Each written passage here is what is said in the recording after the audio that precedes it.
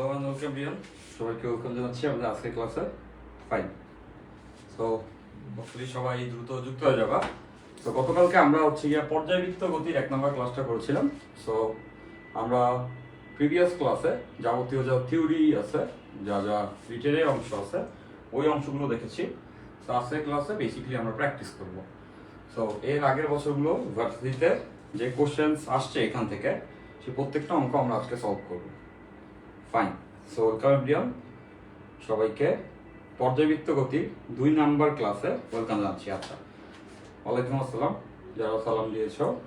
Fine, আচ্ছা আমি ভালো আছি আলহামদুলিল্লাহ। ওয়েট করতে করতে শেষ হাসিব বলছে। আচ্ছা, কন্টেন্টটা টাইপ করতে একটু টাইম লাগছে, সো 10 মিনিট পরে ক্লাসটা শুরু হলো। ফাইন, তো ক্লাসটা খুব বেশি লম্বা হবে না, 1 ঘন্টা 45 মিনিটের মতো হবে। সো গতদিনের ক্লাসটা যদি আমরা সবাই করে থাকি, তাহলে সেই ক্ষেত্রে দেখবা গতদিনে আমরা অনেক ডিটেলস সব কিছু পড়েছি। সেই তুলনায় ভার্সিটির যে কোশ্চেন্সগুলি আমরা সলভ করবো আজকে, এগুলো অনেক বেশি তোমাদের কাছে সোজা হবে। এই চ্যাপ্টারের সকল কোশ্চেন খুবই ইজি। এর আগে এমন কোনো কঠিন টাইপের কোশ্চেন এখান থেকে আসেনি। সে তুলনায় আমরা থিওরিটিক্যালি অনেক কিছু দেখেছি। তো দেখবা যে প্র্যাকটিসের জায়গাটা অনেক বেশি ছোট থাকবে ইনশাআল্লাহ। ফাইন, একজন বলছো সাউন্ড ক্লিয়ার না। ওকে, সো সাউন্ড তো আমি দেখতেছি ঠিক আছে। সো এই স্টুডিও সাউন্ডটা এরকমই। তো তারপরও আমি একটু কানেক্টিভিটিটা চেক করে নিচ্ছি।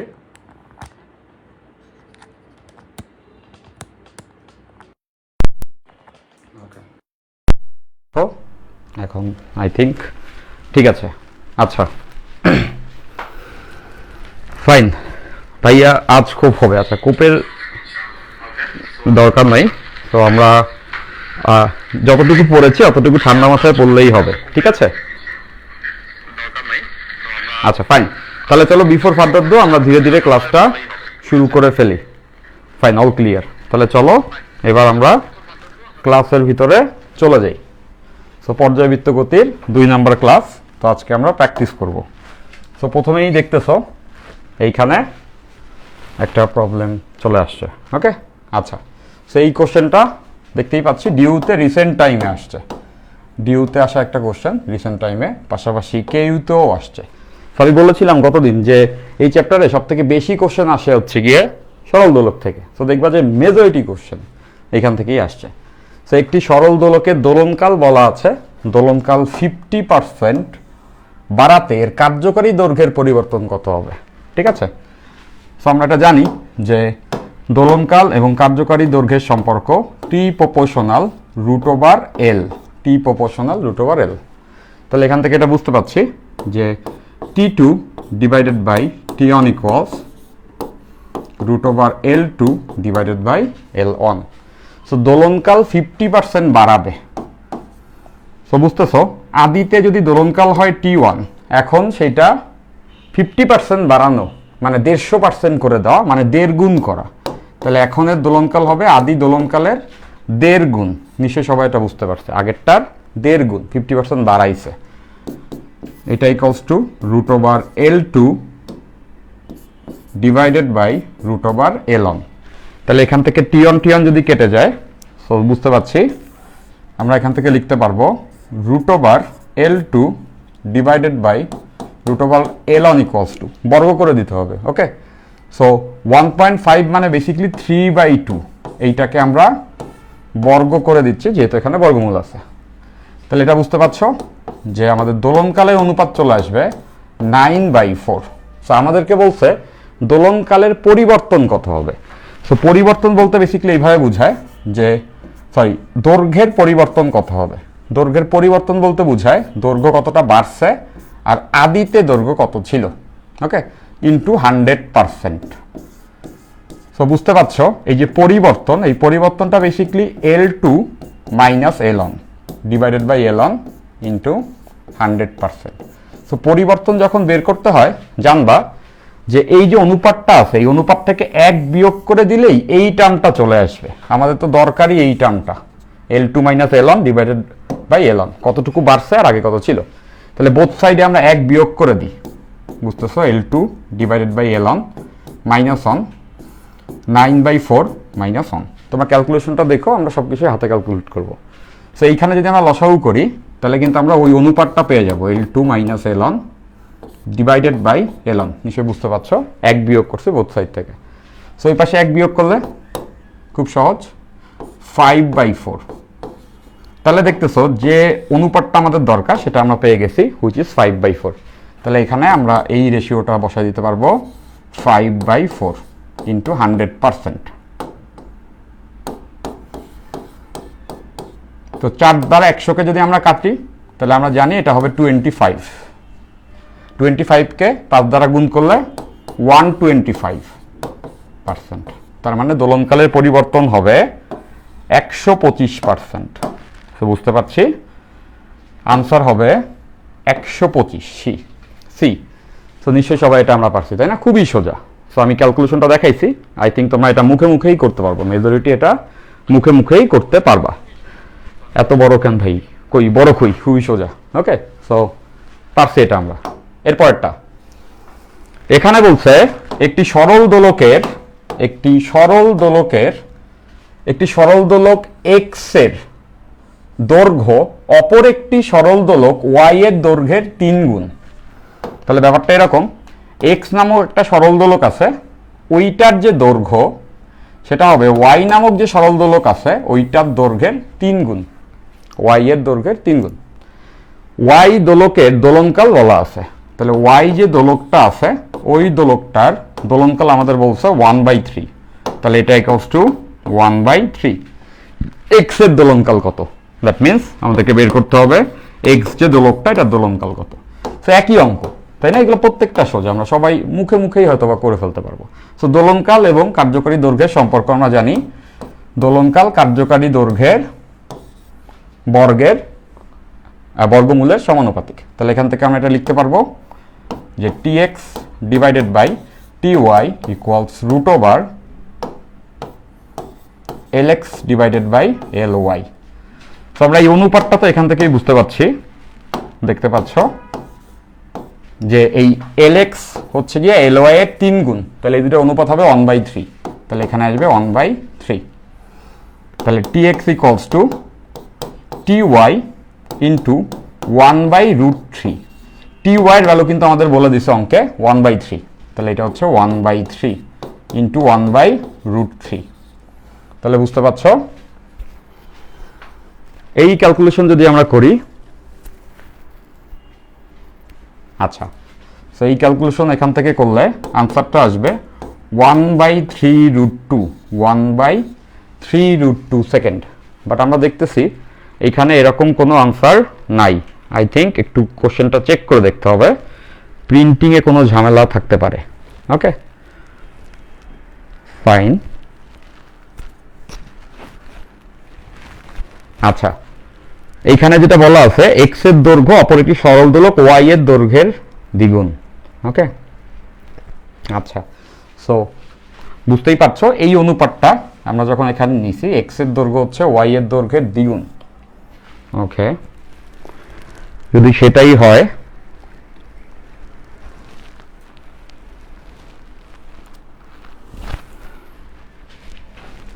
আচ্ছা, সো এখানে একটা ছোট ভুল হয়েছে, এক্স এর দৈর্ঘ্য বলছে ওয়াই এর দৈর্ঘ্যের দ্বিগুণ। তার মানে বুঝতেছে এক্স এর দৈর্ঘ্যকে আমরা এলএক্স বলছি, ওয়াই এর দৈর্ঘ্যকে আমরা এলওয়াই বলছি। তাহলে এই উপরেরটা হচ্ছে নিচেরটার 3 গুণ। তাহলে আমি এখানে অনুপাতটা ভুল লিখছি, রাইট? আমরা এটা নিশ্চয়ই সবাই বুঝতে পারতেছি, এইখানে অনুপাতটা ভুল হয়েছে। এইটা হচ্ছে এইটার 3 গুণ, তার মানে এখানে বেসিক্যালি 3 আসবে। এইখানে আমাদের ক্যালকুলেশনে 3 আসবে, উপরেরটা নিচেরটার 3 গুণ। ওকে, উপরটা এইটার দৈর্ঘ্যের থেকে এটা হচ্ছে 3 গুণ, তার মানে এদের অনুপাত হচ্ছে গিয়ে 3। তাহলে এইখান থেকে আমরা বুঝতেছি ty,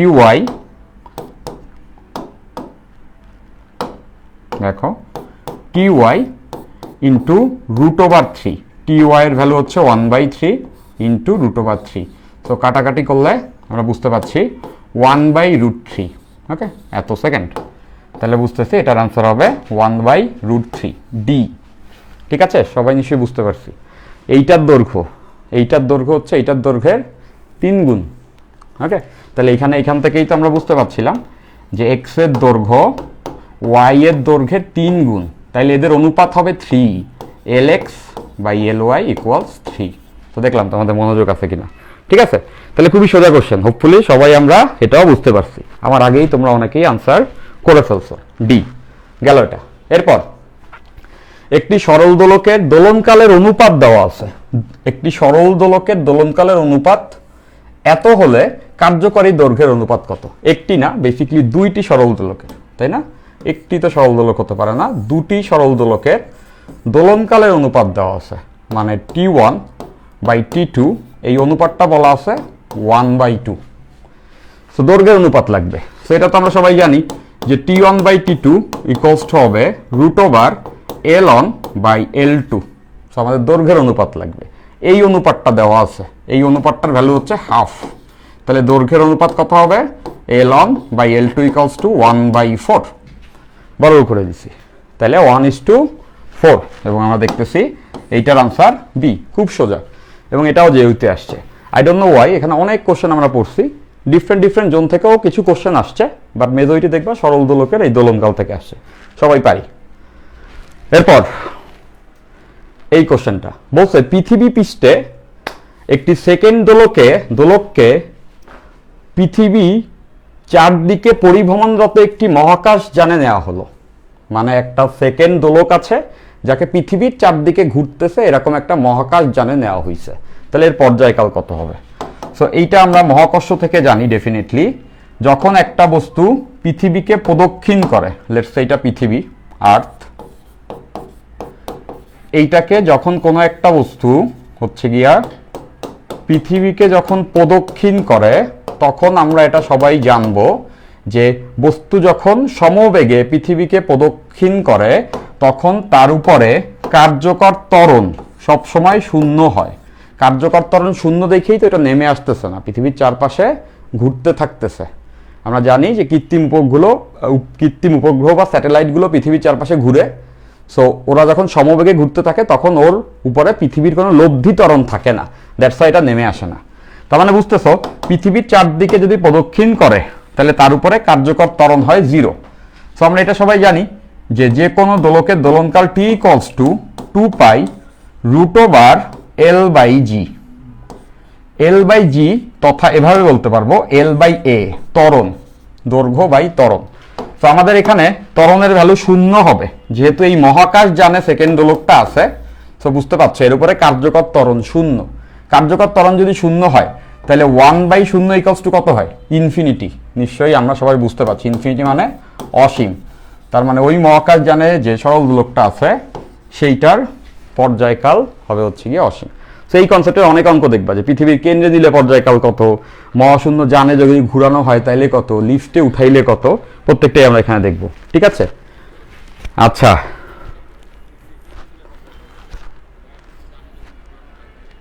ওকে ওকে, তো গেল, এটা পারছি, আমরা সবাই পারছি। এরপর একটি সরল দোলক 2 মিনিটে 60 বার দোলন দেয়, দোলকটির দৈর্ঘ্য নির্ণয় করো। দোলকটির দৈর্ঘ্য নির্ণয় করো। তো এখানে আমাদের বলছে 2 মিনিটে 60 বার দোলন দেয়, তাহলে একবার দোলন দিতে কত টাইম লাগে সেটা আমরা আগে বের করব। তো বুঝতেছি 60 বার যখন সে দোলন দেয়, 60 বার দোলন দিতে তার টাইম লাগে 2 মিনিট। তাহলে একবার যখন দোলন সে দিবে, একবার দোলন যখন দিবে, তাহলে বুঝতে পারছো মোট টাইম লাগবে 2 মিনিট ইকুয়ালস টু কত সেকেন্ড? 120 সেকেন্ড, এটা আমরা জানি। তাহলে 60 বার দোলন দিলে 120/60 সেকেন্ড, মানে বুঝতেছো কাটাকাটি করলে 2 সেকেন্ড। মানে বেসিকলি এই যে দোলকটার কথা বলা হচ্ছে, এটা একটা সেকেন্ড দোলক। আমরা জানি যে দোলকের দোলনকাল 2 সেকেন্ড, যে সকল দোলকের দোলনকাল 2 সেকেন্ড, ওইগুলো হচ্ছে সেকেন্ড দোলক। তার মানে এখানে একটা সেকেন্ড দোলকের কথা বলছে। এখন আমাদেরকে বের করতে হবে সেকেন্ড দোলকের কার্যকারী দৈর্ঘ্য কত। এটা ডিরেক্ট মুখস্থ রাখবা, সেকেন্ড দোলকের কার্যকারী দৈর্ঘ্য অনেকবার পরীক্ষা আসছে। তো আমরা জানি T ইকুয়ালস টু 2π√L/G। তো এখান থেকে লেখা যায় L equals to T² divided by 2π into G, right? Divided by 4π², sorry, divided by 4π² into G। এখন সেকেন্ড দোলকের T তো আমাদের জানা 2 সেকেন্ড। 2 সেকেন্ড যদি হয়, এখানে 2 এর বর্গ divided by 4 pi square into G. তাহলে দেখো 2 স্কোয়ার এবং হচ্ছে গিয়া 4 কেটে যাবে। তাহলে এখানে থাকবে সেকেন্ড দোলকের কার্যকরী দৈর্ঘ্য, এটা ডিরেক্ট মুখস্থ লাগবা, G by pi square, G by pi square.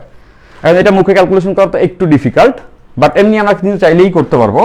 জি এর ভ্যালু 9.8 আর পাইয়ের ভ্যালু 3.14, এইটার স্কোয়ার। তাহলে বুঝতেই পারতেছো এটা হচ্ছে 10 আর এটা হচ্ছে 3.14, ধরলাম 3 এর স্কোয়ার মানে 9, মানে 10/9, 10/9 মানে বুঝতেই পারতেছো যে সেটা বেসিক্যালি 10 না, 9.8 আর 3.14 স্কোয়ার করলে নিচেরটা একটু বড় আসবে। সো এই যে ক্যালকুলেশনটা, ক্যালকুলেটর ছাড়া কিন্তু করা ডিফিকাল্ট, বাট সেকেন্ড দোলকের দোলনকাল আমরা ডিরেক্টলি মুখস্থ রাখবো। এটা সবসময় হয় 0.993 বা 4, অনেক সময় বলা হয় 0.993, অনেক সময় 0.994। যদি পরের সংখ্যাটা ধরি তাহলে 4 হয়। তাহলে আমরা ডিরেক্ট মুখস্থ রাখবো। সেকেন্ড দোলকের দোলনকাল ক্যালকুলেশন করলে অলওয়েজ এইটা আসবে। এটা দুইটা হয়, একটা হচ্ছে 0.994 সেকেন্ডও বলে, এইটাও বলে, আবার 0.993ও হয়, মানে পরেরটা 5-এর বেশি, এই জন্য 4 হয়। সো এইখানে কোনটা দেওয়া আছে দেখতে পাচ্ছ, এইখানে কিন্তু আমাদের 993 আছে। মনে রাখবো এটা ডিরেক্ট মুখস্থ করে 994 অথবা 993। সো আমরা দেখতেছি 993 আছে, তাহলে এটার আনসার হবে হচ্ছে গিয়া এ। নিশ্চয় সবাই বুঝছো, ঠিক আছে ফাইন। এমনিতে আমরা চাইলে এটা বড় করে ক্যালকুলেশন করতে পারি, বাট এটা মুখস্থ রাখবো, অনেকবার আসছে ডিউতে। ওকে, এইগুলা করতে ক্যালকুলেটর লাগবে না, করা যাবে। আমি তো বারবার বলতেছি সেকেন্ড দোলকের দোলনকালটা 4-5 বার ভার্সিতে আসছে, এটা ডিরেক্ট মুখস্থ থাকবে। এবং এটা মানে এইচএসসিতেও কিন্তু অনেকবার আসছে, সো এটা আমাদের মুখস্থ রাখতেই পারি, আর এমনি ক্যালকুলেশন করে তো বের করাই যায়। ওকে ফাইন, সো গেল এটা একটা সেকেন্ড দোলক ছিল, দ্যাটস ওয়াই আমরা কার্যকরী দৈর্ঘ্য বের করতে পারছি। আচ্ছা, এর পরেরটা দেখো, যদি একটি সরল দোলকের বিস্তার দ্বিগুণ করা হয়, বিস্তার দ্বিগুণ করা হয়, তাহলে দোলনকাল দোলকটির পর্যায়কাল কত? সো এইটা আমরা ডেফিনেটলি সবাই জানি যে একটা সরল দোলকের দোলনকালের সূত্র 2π√L/g। তাহলে এখানে কি কোথাও বিস্তার আছে? তোমরা দেখতে পাচ্ছ এই যে সূত্রটা, এই সূত্রে কোথাও কিন্তু বিস্তার নেই। কার্যকরী দৈর্ঘ্য এবং ত্বরণের উপরে ডিপেন্ড করতেছে, তার মানে বিস্তারের উপরে পর্যায়কাল নির্ভর করে না। বিস্তারের উপর নির্ভরশীল নয়, বিস্তারের উপর নির্ভরশীল নয়। শুধু বিস্তার না, এরকম আরো কতগুলো টার্ম আছে। এই কোশ্চেনটা বিস্তার রিলেটেড। আবার ববের ভর, মানে সরল দোলকে যে বস্তুটা ঝুলায় সেই ববের যে ভর, ববের ভরের উপরও নির্ভরশীল নয়, ভরের উপর নির্ভরশীল নয়। ওকে, তাহলে এই দুইটা থেকে অনেক কোশ্চেন আসে। সো বুঝতেই পারছি এটার আনসার হবে অপরিবর্তিত থাকবে, কজ বিস্তারের সঙ্গে দোলনকালের কোনো সম্পর্ক নাই, সূত্র থেকে বুঝতেছি। এটাও ডিউতে আসছে। এই চ্যাপ্টারে কোশ্চেন আসলে তোমরা সবাই পারো, আমি শিওর। সোজা কোশ্চেন আসবে, ধূপ ধাপ জাস্ট আনসার বসায় দিবা, দ্যাটস ইট। ফাইন। সরল দোলন গতির ক্ষেত্রে জি এর সমীকরণ নির্ণয় করো, মানে সরল দোলকের ক্ষেত্রে জি এর সমীকরণটা আমাদের বের করতে হবে। সো টি এর সমীকরণ থেকে জি এর সমীকরণ বেরোয়, টি স্কোয়ার ইকুয়ালস টু বা T equals to 2π√L/g। Okay, so আমরা এখান থেকে জাস্ট বের করে নিয়ে আসতে চাই জি ইকুয়ালস টু কত। সো বর্গ করে জি কে যদি আমরা একটা সাইডে আনি, তাহলে সমীকরণ হবে জি ইকুয়ালস টু 4π² L/t²। নিশ্চয়ই বুঝছো, বর্গ করে জি উঠাইছি, টি স্কোয়ার নামাই নিয়ে আসছি। তাহলে এইটাই কিন্তু আমাদের জি এর সমীকরণ। মনে রাখবো 4π² L/t²। তো 4π² তো আমরা জানি, যদি কোনো একটা সরল দোলকের কার্যকরী দৈর্ঘ্য এবং পর্যায়কালের বর্গের অনুপাত জানি, তাইলেই কিন্তু ওই জায়গাতে জি বের করা যায়। কিছু কিছু এমসিকিউ এরকম থাকতে পারে, কার্যকরী দৈর্ঘ্য এবং দোলনকালের বর্গের অনুপাত বলে দিছে, বললো জি বের করো। ওকে, তো যাই হোক, সমীকরণ হচ্ছে গিয়া এটা হবে 4π² L/t², এক নাম্বারটা পারছি। এরপর একটি সরল দোলকের বিস্তার দ্বিগুণ করা হয়, যদি একটি সরল দোলকের বিস্তার দ্বিগুণ করা হয় তাহলে সরল দোলকটির পর্যায়কাল। সো বুঝতেই পারতেছি, একটু আগেই আমরা এই অঙ্কটা করছি, বিস্তারের সঙ্গে পর্যায়কালের কোনো সম্পর্ক নাই। তো দেখতেছো এই একই অঙ্ক কিন্তু আমরা দুইবার অলরেডি দেখতেছি, যে অপরিবর্তিত থাকবে। এই কোশ্চেনগুলো প্রচুর আসে। কেন আসে? খুবই সোজা, সোজা জিনিস আসলেই বেটার। ফাইন, এরপর একটা এখানে বলছে একটি সরল দোলকের দোলনকাল টি। একটা সরল দোলক আছে যার দোলনকাল আমাদেরকে বলে দিছে টি। দোলকটির দৈর্ঘ্য দ্বিগুণ হলে পরিবর্তিত দোলনকাল কত হবে? খুবই সোজা, দেখছো এখন পর্যন্ত যত কোশ্চেন সব দোলনকালের। সো আমাদের দৈর্ঘ্য দ্বিগুণ করছে। সো আমরা এটা জানি যে পর্যায়কাল বা দোলনকালের সঙ্গে দৈর্ঘ্যের সম্পর্ক বর্গমূলের সমানুপাতিক। তো আমাদেরকে এটা বলছে যে দৈর্ঘ্য দ্বিগুণ করা হয়েছে, মানে এই যে অনুপাতটা এটা হয়ে গেছে 2, এই অনুপাতটা দ্বিগুণ হয়ে গেছে। তাহলে বুঝতে পারছ T2/T1 ইকুয়ালস টু √2।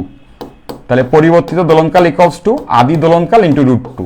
আদি দোলনকালটা ছিল হচ্ছে কি T, তাহলে বুঝতেছ এটা হবে √2 ইন্টু T, √2 ইন্টু T। তার মানে পরিবর্তিত দোলনকাল √2T। সো এইটার আনসার √2T, বি নাম্বার। সবাই তো বুঝতে পারছি। আই এক্সপেক্ট যে এই কোশ্চেনগুলোতে কারো কোনো ধরনের প্রবলেম থাকার কোনো কারণ নাই, একদম সোজা, এই তো ধূপধাপ সবাই আনসার করতেছে। ফাইন, এরপর একটি সেকেন্ড দোলকের দৈর্ঘ্য কত? ওই যে বলছি যে এটা আমরা ডিরেক্টলি মুখস্থ রাখতে পারবো। একটি সেকেন্ড দোলকের দৈর্ঘ্য অনেকবার ভার্সিটি অ্যাডমিশনে আসছে, সো এটা আমরা ডিরেক্টলি মুখস্থ রাখবো, যেটা হচ্ছে 0.994 মিটার, 0.994 মিটার। বা পাশাপাশি আমরা এটাও দেখছি যে ওই সমীকরণ থেকে, এইটা চায় না বেসিক্যালি, চাইছে সমীকরণ আকারে 2π√L/g। তো সেকেন্ড দোলক মানে টি এর ভ্যালু 2 সেকেন্ড, তাহলে এই 2 কাটা। সেখান থেকে যদি আমি এল বের করি তো বুঝতে পারছো এল ইকুয়ালস টু আসবে হচ্ছে g/π²। L equals to g/π², এবং এটারই ভ্যালু বেসিক্যালি 0.994 মিটার। এইটারই ভ্যালু 0.994 মিটার। সো আমরা একটু আগেই কিন্তু এটা একবার দেখছি। সো এখানে আমি লিখছিলাম সেকেন্ড, দেখলাম তোমাদের মনোযোগ আছে কিনা, এত মিটার। ওকে, ফাইন। সো এইখানে যে সমীকরণটি চেয়েছে, সো সমীকরণটা আমরা নিশ্চয়ই বুঝে ফেলছি। এটা সমীকরণ হবে g/π², এটা হচ্ছে g/π²। ডান। এরপর একটি সেকেন্ড দোলকের কম্পাঙ্ক, একটি সেকেন্ড দোলকের কম্পাঙ্ক লাগবে। তো সেকেন্ড দোলকের পর্যায়কাল তো আমরা জানি 2 সেকেন্ড, আর কম্পাঙ্ক পর্যায়কালের সম্পর্কও জানি যে পর্যায়কাল ইকুয়ালস টু 1/f। তো বুঝতেছো এটা যদি 2 হয় তাহলে f এর ভ্যালু হবে হচ্ছে গিয়ে 1/2, হুইচ ইজ 0.5 হার্টজ, 0.5 হার্টজ। তার মানে একটা সেকেন্ড দোলকের কম্পাঙ্ক অলওয়েজ 0.5 হার্টজ। বুঝছি। এরপর পর্যায়কাল দ্বিগুণ করতে সরল দোলকের দৈর্ঘ্য কত গুণ বৃদ্ধি করতে হবে? পর্যায়কালকে আমরা দ্বিগুণ করতে চাই, দৈর্ঘ্য কত গুণ বৃদ্ধি করতে হবে? তো বুঝতেছ আবারও সেই same thing, T2/T1 equals to √L2/L1। বলছে পর্যায়কাল দ্বিগুণ করবে, মানে এই যে অনুপাতটা এটা হবে 2, আগের থেকে দ্বিগুণ হয়ে যাবে। তাহলে √L2/L1। সেখান থেকে বর্গ করে দিলে আমরা দেখতেছি L2/L1 ইকুয়ালস টু আসবে 4। তো 4 মানে বুঝতেছি 4:1, 4 মানে হচ্ছে গিয়া 4:1 বা বেসিকলি 4। দৈর্ঘ্য কত গুণ বৃদ্ধি করতে হবে বুঝতেই পারতেছো, এই অনুপাত থেকে দৈর্ঘ্য দ্বিগুণ করতে হবে। এখন এর দৈর্ঘ্য L2 হবে আদি দৈর্ঘ্যের 4 গুণ। ডান। আচ্ছা, ফাইন। ঘুম থেকে উঠুন, ক্লাস করার সময় হয়েছে, মাত্র 2 ঘন্টা বাকি আছে, আপনারা উঠুন, ক্লাস করুন। আচ্ছা, ফাইন। সো আজকে সোজা একদম, আজকে ক্লাসটা বেসিকলি সোজা। সো আমি কনফিডেন্সের সঙ্গেই বলতে পারি কালকে ক্লাসটা যারা সবাই করছো, নোট করছো, আজকের প্রত্যেকটা অঙ্ক তাদের জন্য জাস্ট পানি ভাত হয়ে যাবে। এবং এটাও আমি এখন অগ্রিম বলে রাখতেছি, এখান থেকে যদি কোশ্চেন আসে, এখান থেকে কোশ্চেন আসার একটা এমসিকিউ আসা বা ছোটোখাটো একটা কোশ্চেন আসার চান্সেস 80% ধরে নাও আসবে, একটা হয়তোবা 80%। তো এটা কিন্তু খুব বেশি না আর কি। কিছু কিছু চ্যাপ্টার আছে ওখান থেকে শিওর শট একটা কোশ্চেন আসবে। যেমন আমি বলে দিচ্ছি চলতরিৎ থেকে একটা কোশ্চেন তুমি 100% পাবা, এবং এটাও বলে দিচ্ছি এমসিকিউ তো একটা পাবাই, একটা বা 2টা এমসিকিউ পাইতে পারো চলতরিৎ থেকে, রিটার্নও একটা পেয়ে যাবা। ফাইন। সো চলতরিৎ যেমন শিওর শর্ট, ওখান থেকে ডিউতে রিটেন এমসিকিউ আসবেই, একটা রিটেন দুটো এমসিকিউ আসবে। নিউটনিয়ান মেকানিক্স থেকে দুইটা এমসিকিউ আসবে, রিটেনও আসতে পারে। সো চলতরিৎ নিউটনিয়ান মেকানিক্স পড়লেই কিন্তু ফিজিক্সের 4টা এমসিকিউ তুমি পেয়ে যাবা, ডান। ওয়ার্ক এনার্জি থেকে একটা আসবে, ভেক্টর থেকে একটা আসবে, ভেক্টর থেকে রিটেনও আসতে পারে। হ্যাঁ, সো কিছু চ্যাপ্টার আছে, যেমন ফার্স্ট পেপার আমি বলে রাখি, ভেক্টর, নিউটনিয়ান মেকানিক্স, কাজ শক্তি ক্ষমতা, মহাকর্ষ। এইখান থেকে তুমি মোট 6 থেকে 7টা কোশ্চেন পেয়ে যাবো, 6 থেকে 7টা, কম আসলেও 5টা, ফাইন। আর এখান থেকে আসলে একটা এমসিকিউ, একবার একটা রিটেন আসছিল, ওটা আমরা আজকে করবো। সো একটি সরল দোলককে পৃথিবীর কেন্দ্রে নিলে এর দোলনকাল কত হবে? সো আমরা এটা সবাই জানি যে পৃথিবীর কেন্দ্রে জি এর ভ্যালু 0 হয়, মহাকর্ষে ডেফিনেটলি আমরা এটা পড়ছি, পৃথিবীর কেন্দ্রে জি এর ভ্যালু 0, তাহলে দোলনকাল কত হবে? 2π√L/g। জি এর ভ্যালু যদি 0 হয়, সামথিং বাই 0 মানে ইনফিনিটি, মানে বুঝতে পারছো এটা অসীম, এটা হচ্ছে অসীম, দ্যাট মিনস অসীম হবে। বুঝছি। একটি সরল দোলকের দৈর্ঘ্য অপরটির দ্বিগুণ, দ্বিগুণ সরল দোলকের দোলনকাল 3 সেকেন্ড হলে প্রথমটির দোলনকাল কত? আমরা বুঝতেছি প্রথমটির দোলনকাল t1, দ্বিতীয়টির দোলনকাল t2, এবং দৈর্ঘ্যের অনুপাত হবে l1/l2। এখানে কিন্তু বলছে একটি সরল দোলকের দৈর্ঘ্য অপরটির দ্বিগুণ, দ্বিগুণ সরল দোলকের দোলনকাল 3 সেকেন্ড, মানে এই t2 কে যদি আমরা 3 সেকেন্ড ধরি, তাহলে এই L2 হচ্ছে L1 এর দ্বিগুণ, নিশ্চয়ই বুঝতেছো, নিচেরটা দ্বিগুণ, যার দোলনকাল 3 সেকেন্ড সে হচ্ছে উপরেরটা দ্বিগুণ। তাহলে বুঝতেছো t1/3 ইকুয়ালস টু আসবে √1/2, নিচেরটা দ্বিগুণ। তাহলে প্রথমটির দোলনকাল t1 ইকুয়ালস টু 3/√2, 3/√2 সেকেন্ড। তাহলে এটার আনসার কয় নাম্বার? 3/√2। ফাইন, এটা কিন্তু ডিরেক্টলি দেওয়া নাই। তো কয়েকটা সংখ্যার বর্গমূল মুখস্থ রাখবা, এটা ক্যালকুলেশনে খুবই হেল্প করবে। ডিউতে তো হাতে ক্যালকুলেশন, দেখো এটা ডিউতে আসছে, মনে রাখবা √2, এইটার বর্গমূল ডেফিনেটলি মনে রাখবা, বহুত ফায়দা হবে, যেটা হচ্ছে 1.41। দেন অ্যাগেইন আমরা √3 এর মানও মনে রাখবো, যেটা 1.73, যেটা হচ্ছে 1.73, এটা মনে রাখবো।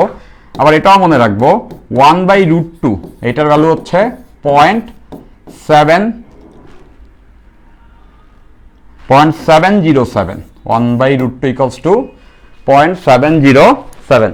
আবার √3/2টাও মনে রাখতে পারো, এইটার অর্ধেক হবে, √3/2টাও মুখস্থ রাখতে পারো। এটা আমার মনে নাই, বাট তোমাদের জন্য এখানে নোট করে দিচ্ছি। এটা করলে আসবে হচ্ছে 0.866। এই যে রেশিওগুলো আমি তোমাদেরকে লিখে দিছি, এইগুলা ডিউ পরীক্ষায় হাতে ক্যালকুলেশনে খুবই হেল্প করবে। √2 equals to 1.41, √3 equals to 1.73, 1/√2 equals to 0.707, √3/2 equals to 0.866। এই করে ডাটা মনে রাখতে হয়, কারণ ত্রিকোণমিতিক অনুপাতে এগুলা বারবার আসে। তো দেখো এখানে আমরা যদি এটা মনে রাখি, তাহলে আমাদের ক্যালকুলেশন খুব সোজা, এই কটা ডেফিনেটলি মুখস্থ করবা। হ্যান্ড ক্যালকুলেশনে এই কটা ডাটা অনেকবার আসে। তাহলে 3/√2, তাহলে 3 √2 ভ্যালু কত? 1.41 সেকেন্ড। এখন দেখো এটা আমরা ইজিলি ক্যালকুলেশন করতে পারবো। কিভাবে পারবো? এইটাকে যদি আমি 1.5 ধরি, 1.5, এটা 1.4, যদি 1.5 ধরি, তাহলে 1.5 দ্বারা যদি আমরা 3কে ভাগ করি, তাহলে কত হয়? তাহলে সেটা হয়ে যায় হচ্ছে গিয়ে 2, সেটা হয়ে যায় 2, বাট আনসারের সঙ্গে এটা মিলতেছে না, আনসারের সঙ্গে এটা মিলতেছে না, আনসারের সঙ্গে এটা মিলে নাই। আই ডোন্ট নো, কোনো জায়গায় হয়তো এটা ভুল থেকে থাকতে পারে। আচ্ছা ফাইন, দ্বিগুণ সরল দোলকের দোলনকাল 3 সেকেন্ড। ফাইন, দ্বিগুণ সরল দোলকের দোলনকাল হচ্ছে গিয়ে 3 সেকেন্ড, দ্যাট মিনস t2 হচ্ছে 3 সেকেন্ড। তবে এইটা যদি 3 হয়, আমরা এটা বুঝতেছি t1/t2 ইকুয়ালস টু √L1/L2। এবার কিন্তু বলছে দ্বিগুণ সরল দোলকের দোলনকাল, একটি সরল দোলকের দৈর্ঘ্য অপরটির দ্বিগুণ, দ্বিগুণ সরল দোলকের দোলনকাল 3 সেকেন্ড হলে প্রথমটির দোলনকাল কত? ওকে, তো এইখানে একটা ছোট ক্যালকুলেশনে মিস্টেক হয়েছে, সেটা হচ্ছে দ্বিগুণ সরল দোলক যেটাকে আমরা বলতেছি, প্রথমটি হচ্ছে গিয়া দ্বিগুণ সরল দোলক বুঝাইছে, যে দ্বিগুণ সরল দোলকই প্রথমটি। একটি সরল দোলকের দোলনকাল অপরটির দ্বিগুণ, মানে একটি হচ্ছে প্রথমটা, এইটা হচ্ছে অপরটার দ্বিগুণ, মানে প্রথমটার দোলনকালই হচ্ছে গিয়া প্রথমটার একটি সরল দৈর্ঘ্যের দৈর্ঘ্য অপরটির দ্বিগুণ, মানে L1 L2 এর দ্বিগুণ। তাহলে বুঝতেছো এইখানে অনুপাতটা হাফ হবে না, এখানে হবে 2। সো একটু পড়ায় মিস্টেক হয়েছে। সো এই মিস্টেকগুলাই কিন্তু ডিউ পরীক্ষার জন্য খুবই ডেঞ্জারাস, তো একটু মনোযোগ দিয়ে পড়তে হবে। এখানে প্রথমটা বলতে প্রথমটি বুঝাইছে একটি সরল দোলকের দৈর্ঘ্য অপরটির দ্বিগুণ, দ্বিগুণ সরল দোলকের দোলনকাল 3 সেকেন্ড, মানে বুঝতেছো প্রথমটা আগে দ্বিতীয়টার দ্বিগুণ এবং এইটার দোলনকাল 3 সেকেন্ড। তাহলে নিচেরটা না। ওকে ফাইন, নিচেরটা যদি না হয় তাহলে এই জায়গাতে একটু কারেকশন আসবে, আমরা বুঝতে পারছি। এইটা যদি এরকম হয়, এই অনুপাতটা হবে প্রথমটার দোলনকাল 3 গুণ, দ্বিতীয়টার দোলনকাল হচ্ছে T2। ওকে, প্রথমটাকেই আমরা বলছি, এখানে কিন্তু লেখা একটু মিস্টেক আছে। এইখানে বলা ছিল প্রথমটির দোলনকাল কত, এইটা না বলে আমরা বলতে পারতাম অপরটির দোলনকাল কত। প্রথমটিরই তো দোলনকাল 3 সেকেন্ড, তাহলে এখানে প্রথমটি না, এটা হবে অপরটির। অপরটির এখানে কোশ্চেনে একটা ছোট মিস্টেক আছে, ব্যাপারটা এরকম হওয়া উচিত।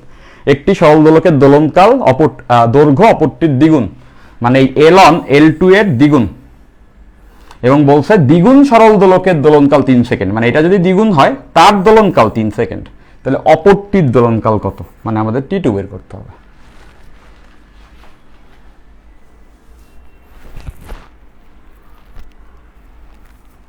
অপর সরল আচ্ছা আচ্ছা না, কারেকশন এখানে, শব্দগত জটিলতা, কারেকশনটা এখানে না। দ্বিগুণ সরল দোলকের দোলনকাল 3 সেকেন্ড না, দ্বিতীয়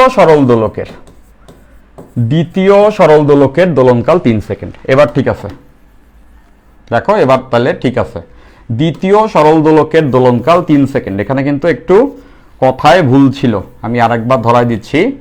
আমরা এটা জানি যে T1 by T2 equals √L1 by L2। তো বলছে একটি সরল দোলকের দৈর্ঘ্য অপরটির দ্বিগুণ, মানে প্রথমটা, একটি বলতে প্রথমটার দৈর্ঘ্য অপরটির দ্বিগুণ, তার মানে এখানে অনুপাতটা √2। আর বলছে দ্বিতীয় সরল দোলকের দোলনকাল 3 সেকেন্ড, মানে 2 নাম্বার যেটা আছে এইটার দোলনকাল 3 সেকেন্ড। এইবার বলছে প্রথমটির দোলনকাল কত, মানে T1 বের করতে হবে। সো এই শব্দটার জন্য প্যারা হয়েছে, দ্বিতীয় সরল দোলকের দোলনকাল 3 সেকেন্ড, এটা ছিল এরকম, বাট এখানে লিখছে দ্বিগুণ সরল দোলকের না। তাহলে T1 ইকুয়ালস আমরা বুঝতেছি 3√2 সেকেন্ড, তাহলে এখানে আসবে 3√2 সেকেন্ড। সবাই নিশ্চয়ই বুঝছো, কনফিউশনটা ক্লিয়ার করি। প্রথমটার দৈর্ঘ্য দ্বিতীয়টার দ্বিগুণ, আর বলা যাচ্ছে দ্বিতীয় সরল দোলকের দোলনকাল 3 সেকেন্ড। সো আমরা √2 এর ভ্যালু জানি, যেটা 1.41। এখন এটা বুঝতেছে, এটাকে যদি আমি 1.5 ধরি, লেটসে আমি এটাকে ধরলাম 1.5, তাহলে কাছাকাছি আনসার আসবে। 1.5 মানে হচ্ছে 3/2, মানে বেসিকলি 9/2। 9/2 মানে কত হয় বলো তো? 4.5। এতর থেকে একটু কম আসবে, কারণ আমরা একটু বেশি ধরছি, আমরা 1.5 ধরছি। 4.5 সেকেন্ডের থেকে একটু কম আসবে, তাহলে 4.5 এর থেকে একটু কম কে আছে? সি। তো দেখো ডিউর কোশ্চেনে কিন্তু হাতে ক্যালকুলেশন, বাট আমরা যদি টেকনিক্যাল থাকি সেই ক্ষেত্রে হাতে ক্যালকুলেশন কখনোই আমাদের প্যারা হবে না। আর এইটা বলবো ডেফিনেটলি এই কয়টা অনুপাত যেন কোনোভাবেই আমরা না ভুলি। এই কয়টা অনুপাত ভুলে গেলে কিন্তু ডিউ পরীক্ষা হলে হ্যান্ড ক্যালকুলেশনে প্যারা তুমি খাবাই।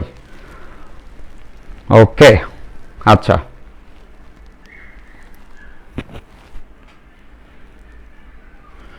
ওকে,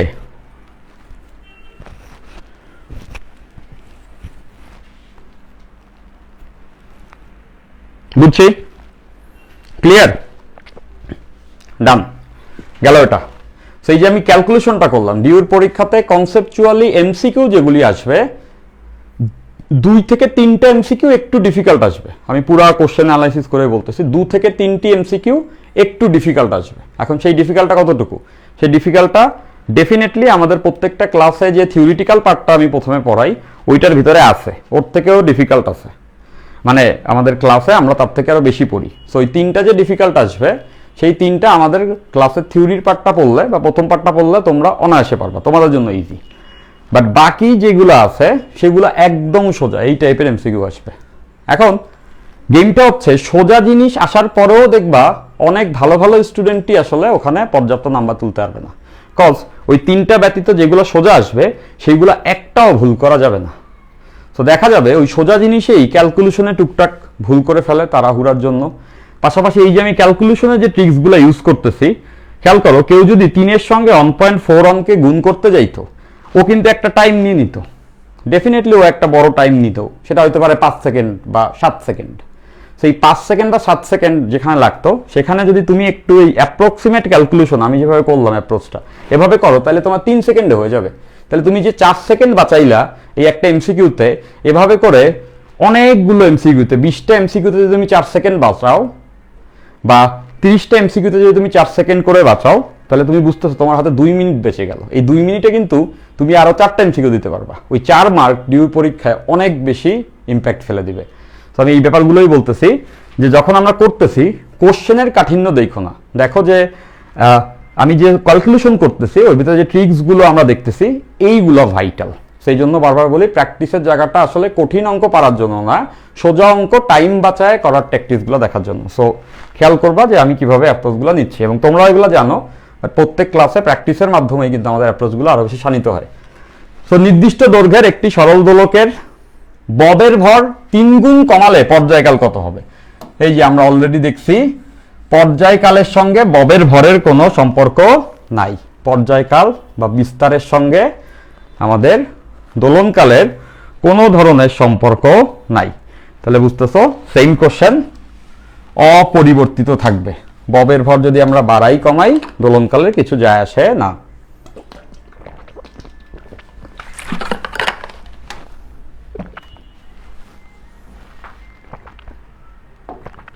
পরেরটা, সরল চলিত গতিসম্পন্ন কণার গতিপথের মধ্য অবস্থানের কোনটি সঠিক?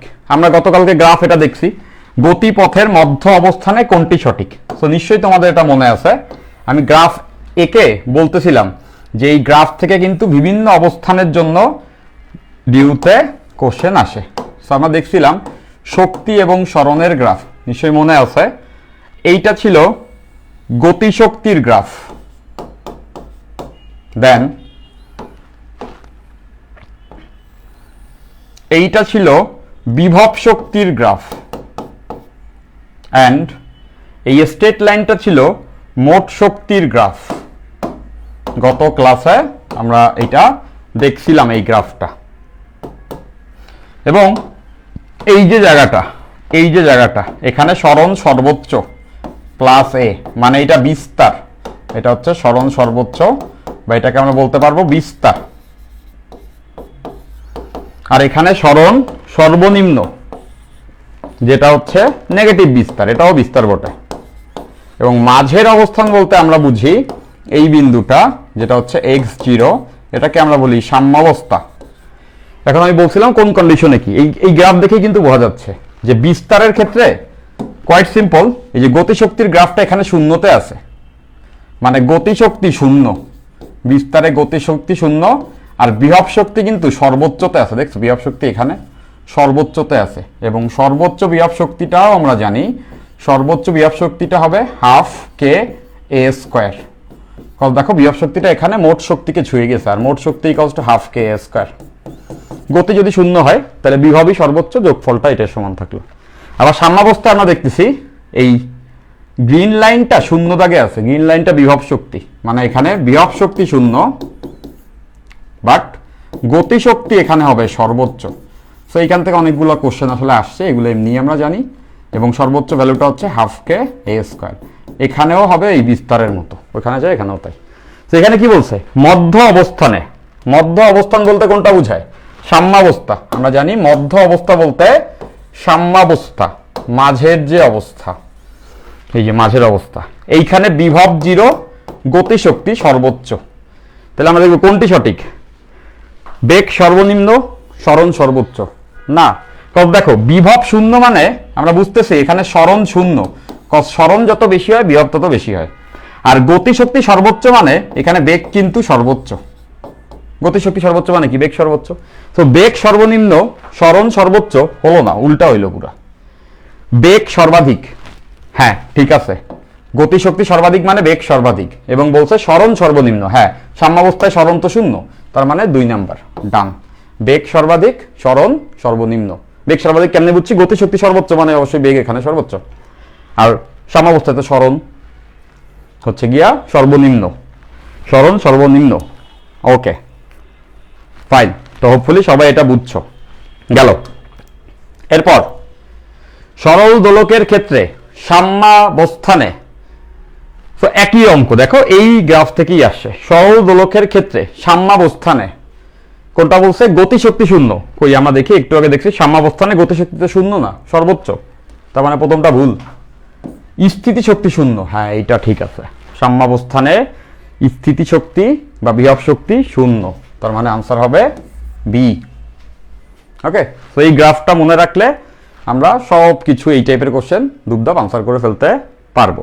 এখন এই জিনিসপত্র আমরা সবাই জানি, বাট এই ভুলগুলো কিন্তু খুব বেশি হয়, যেটাকে আমরা সিলি মিস্টেক বলি, যে জানা জিনিসটাই মাথায় ক্যালকুলেশন করতে যায় তুমি বিস্তারেরটা চিন্তা করে ফেলছো সাম্যাবস্থায়, সাম্যাবস্থাটা বিস্তার, তাহলে কিন্তু ইজি একটা এমসিকিউ তোমার মিস হতে পারে। সেই জন্য বলবো যখন যেটা দাগাবা পারফেক্টলি ঠান্ডা মাথায় স্ট্র্যাটেজিক্যালি গ্রাফটা এঁকে নিবা, তারপর হচ্ছে দেখবা কোথায় কি, তারপর লজিক্যালি দাগাবা, একটু টাইমও নিবা। বেশি তাড়াহুড়া করতে যায় দেখলা অনেক এমসিকিউ সবগুলি দাগায় আসছি, বাট সে তুমি 15টা এমসিকিউ দাগাইলা এবং তোমার ভুল হইলো 4টা, কেউ হয়তো বা এমসিকিউ দাগাইলো 12টা, তার 12টাই হইলো।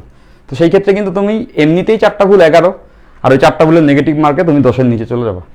তো বুঝতেছো, বেশি দাগানোর জন্য অনেক সময় দ্রুততা দেখানোটাই ভুল হতে পারে, তো ওটাও মাথায় রেখো। ফাইন, সরল দোলকের ক্ষেত্রে সাম্যাবস্থানে দেখো, আচ্ছা এটা তোমরা করে ফেলছি। এরপরের কোশ্চেনে যেটা বলছে, এটা জেএনইউতে আসছে, মহাকাশে একটি সেকেন্ড দোলকের কম্পাঙ্ক হবে। তো আমরা এটা সবাই জানি যে মহাকাশে যদি আমরা যাই, মহাকাশে কোনো ধরনের ত্বরণ নাই, কারণ ওখানে তো কোনো গ্রহ নাই, মানে বেসিক্যালি এমন একটা জায়গা যেটা কোনো ফিল্ডে বা গ্র্যাভিটেশনাল ফিল্ডে পড়ে নাই। তাহলে ত্বরণ শূন্য হলে পর্যায়কাল কি হয়? আমরা জানি পর্যায়কাল ইকুয়ালস টু হয় 1/2π√L/a। এর ভ্যালু যদি শূন্য হয় তাহলে পর্যায়কাল হয়ে যায় অসীম বা ইনফিনিটি, তাই না? ইনফিনিটি আমরা বলি, বাট চাইছে কম্পাঙ্ক, তো কম্পাঙ্ক ইকুয়ালস টু 1/t, তাহলে 1/∞ ইকুয়ালস টু আবার কত হয়? 0। এটাও কেউ ভুল করতে পারে, এই পর্যায়কাল দাগাইতে দাগাইতে হঠাৎ করে অসীম পায়, অসীম দিয়ে দিবে কোনো জায়গায়, ইনফিনিটি পাইছে একদম দাগাই দিয়ে চলে গেছে, যে এটা শিওর। বাট খেয়াল করতে হবে এখানে কম্পাঙ্ক চাইছে, তাহলে কত হবে? 0 হার্জ। এটা হচ্ছে 0 হার্জ। ওকে, আই থিঙ্ক সবাই এটা আমরা বুঝতে পারছি। ওকে ডান, 0। এরপর এটা পৃথিবী পৃষ্ঠে g ইকুয়ালস টু 9.8, মানে পৃথিবীর পৃষ্ঠে g এর ভ্যালু বলে দিছে, খুব ভালো। ই ফর আর্থ, একটি দোলক ঘড়ি সঠিক সময় দেয়, মানে জি এর ভ্যালু যখন পৃথিবী পৃষ্ঠে আছে তখন জি এর ভ্যালুও ঠিক আছে, তখন দোলক ঘড়ি সঠিক সময় দেয়, মানে তখন তার দোলনকাল ঠিক আছে। আর দোলক ঘড়ি মানে সেকেন্ড দোলক, সেকেন্ড দোলক যে আছে যে 2 সেকেন্ড দোলনকাল 2 সেকেন্ড, আমরা যে পেন্ডুলাম ওয়াচ দেখি ওটা পৃথিবী পৃষ্ঠে বা জি এর মান যেখানে 9.8 সেখানে 2টা অর্ধ দোলন দিতে 2 সেকেন্ড নেয়, মানে এটাই হচ্ছে পেন্ডুলামের সঠিক সময়, মানে দোলনকাল ওইখানে 2 সেকেন্ড ঠিক সময় দেয়। ঘড়িটি চন্দ্রপৃষ্ঠে নিয়ে যাওয়া হয়েছে এবং চন্দ্রপৃষ্ঠে জি এর ভ্যালু 1.6, চন্দ্রপৃষ্ঠ মানে মুন, দ্যাটস ওয়াই জিএম নেওয়া হলে পৃথিবী পৃষ্ঠে 1 ঘন্টা সময় চন্দ্রপৃষ্ঠে কত হবে? সো এটা তো আমরা জেনেছি সরল দোলকের ক্ষেত্রে, এটা ডিউর একটা কোশ্চেন, দেখতেছো ডিউতে সব কোশ্চেন মেজরিটি সরল দোলকের। তো আমরা এটা সবাই জানি যে চন্দ্রপৃষ্ঠে দোলনকাল ডিভাইডেড বাই পৃথিবী পৃষ্ঠে দোলনকাল ইকুয়ালস টু √, জি এর সঙ্গে টি এর সম্পর্ক কিরকম? জি এর সঙ্গে টি এর সম্পর্ক বর্গমূলের ব্যস্তানুপাতিক, আমরা দেখছি √L/g। তাহলে এখানে যাবে পৃথিবীর জি, এখানে যাবে চাঁদের জি। সো পৃথিবীর জি তো আমাদেরকে বলে দিছে হুইচ ইজ 9.8, আর চাঁদের জি হচ্ছে 1.6। দেখো এভাবেই রেখে দিছে, কত ভালো ডিউর টিচাররা, হ্যান্ড ক্যালকুলেশন করতে হবে দেখা ক্যালকুলেশনই করে না, এভাবেই রেখে দিছে। সো এরকম অনেকগুলো এসন করবে, সো ক্যালকুলেশনে খুব বেশি প্যারা খাবা না ইনশাল্লাহ। তো এখন এইটা যেটা বলছে পৃথিবী পৃষ্ঠে কিন্তু সঠিক সময় দেয়, মানে পৃথিবী পৃষ্ঠে 2 সেকেন্ড দেয়। এখন কথা হচ্ছে এটা দোলনকাল, তো আমরা তো এটা বুঝতে পারতেছি দোলনকাল এবং হচ্ছে সময় পরস্পর সমানুপাতিক, দোলনকাল যত বেশি হয় তত আসলে সময়ের মানও বেশি লাগে। দোলনকাল বেশি মানে কি? দুলতে সময় বেশি লাগে, তাই না? তো দুলতে যত বেশি সময় বেশি লাগবে তত বেশি সময় হচ্ছে কি বেশি কাউন্ট করবে, রাইট? তো এখান থেকে নিশ্চয়ই বুঝতেছো 1 ঘন্টার কথা বলছে, তাহলে এখানে চন্দ্রপৃষ্ঠের টাইম ডিভাইডেড বাই পৃথিবী পৃষ্ঠের টাইম। ওকে, তাহলে পৃথিবী পৃষ্ঠের 1 ঘন্টা, এটা হচ্ছে গিয়া পৃথিবী পৃষ্ঠের 1 ঘন্টা। দোলনকালের অনুপাত মানে সময়ের অনুপাত। সো বুঝতে পারছো, পৃথিবী পৃষ্ঠের 1 ঘন্টা মানে টিই equals to 1 hour equals √9.8 divided by 1.6। তাইলে পৃথিবী পৃষ্ঠের 1 ঘন্টা চন্দ্রপৃষ্ঠের কত হবে? √9.8 ডিভাইডেড বাই 1.6, আর 1 আওয়ার এখানে গুণ করলে সিম্পলি আওয়ারটা চলে আসছে। তাহলে চন্দ্রপৃষ্ঠে এত আওয়ার, চন্দ্রপৃষ্ঠে এত আওয়ার। Okay fine. সো এটা এভাবে চিন্তা করতে পারো, উপরেরটা হচ্ছে 9, নিচেরটা, এটা তো ক্যালকুলেশন করার দরকার নাই, তাও বলতেছে উপরেরটা 9, নিচেরটা 1.5। 9 বাই 1.5, 1.5 মানে 3/2, তার মানে বুঝছে 18/3, 18/3 মানে 6, √6, √6 মানে কত হওয়া উচিত বুঝতেছ? √9 মানে 3, √6 মানে, আর √4 মানে 2, মানে 2-এর থেকে বড় আর হচ্ছে 3-এর থেকে ছোট, এরকম একটা মান, মানে বুঝতেছি সেটা 2 ঘন্টা প্লাস। তো যাই হোক, ওটা আমাদের দরকার নাই, আমাদের দরকার হচ্ছে গিয়া এইটা, আনসার সি। তার মানে চন্দ্রপৃষ্ঠে বেসিকলি 1 ঘন্টা সময় পৃথিবীর, চন্দ্রপৃষ্ঠে 2 থেকে 3-এর মাঝে ঘন্টা, মানে টাইমটা বেড়ে যায়। যাই হোক, বুঝছি সবাই, বুঝছি তো নাকি? কোশ্চেন থাকলে বলতে পারো। তো আমি কোশ্চেন দেখতেছি না, করবো আমি বুঝতে পারছি যে তোমরা এগুলা খুব অনায়াসেই সবাই পারছো।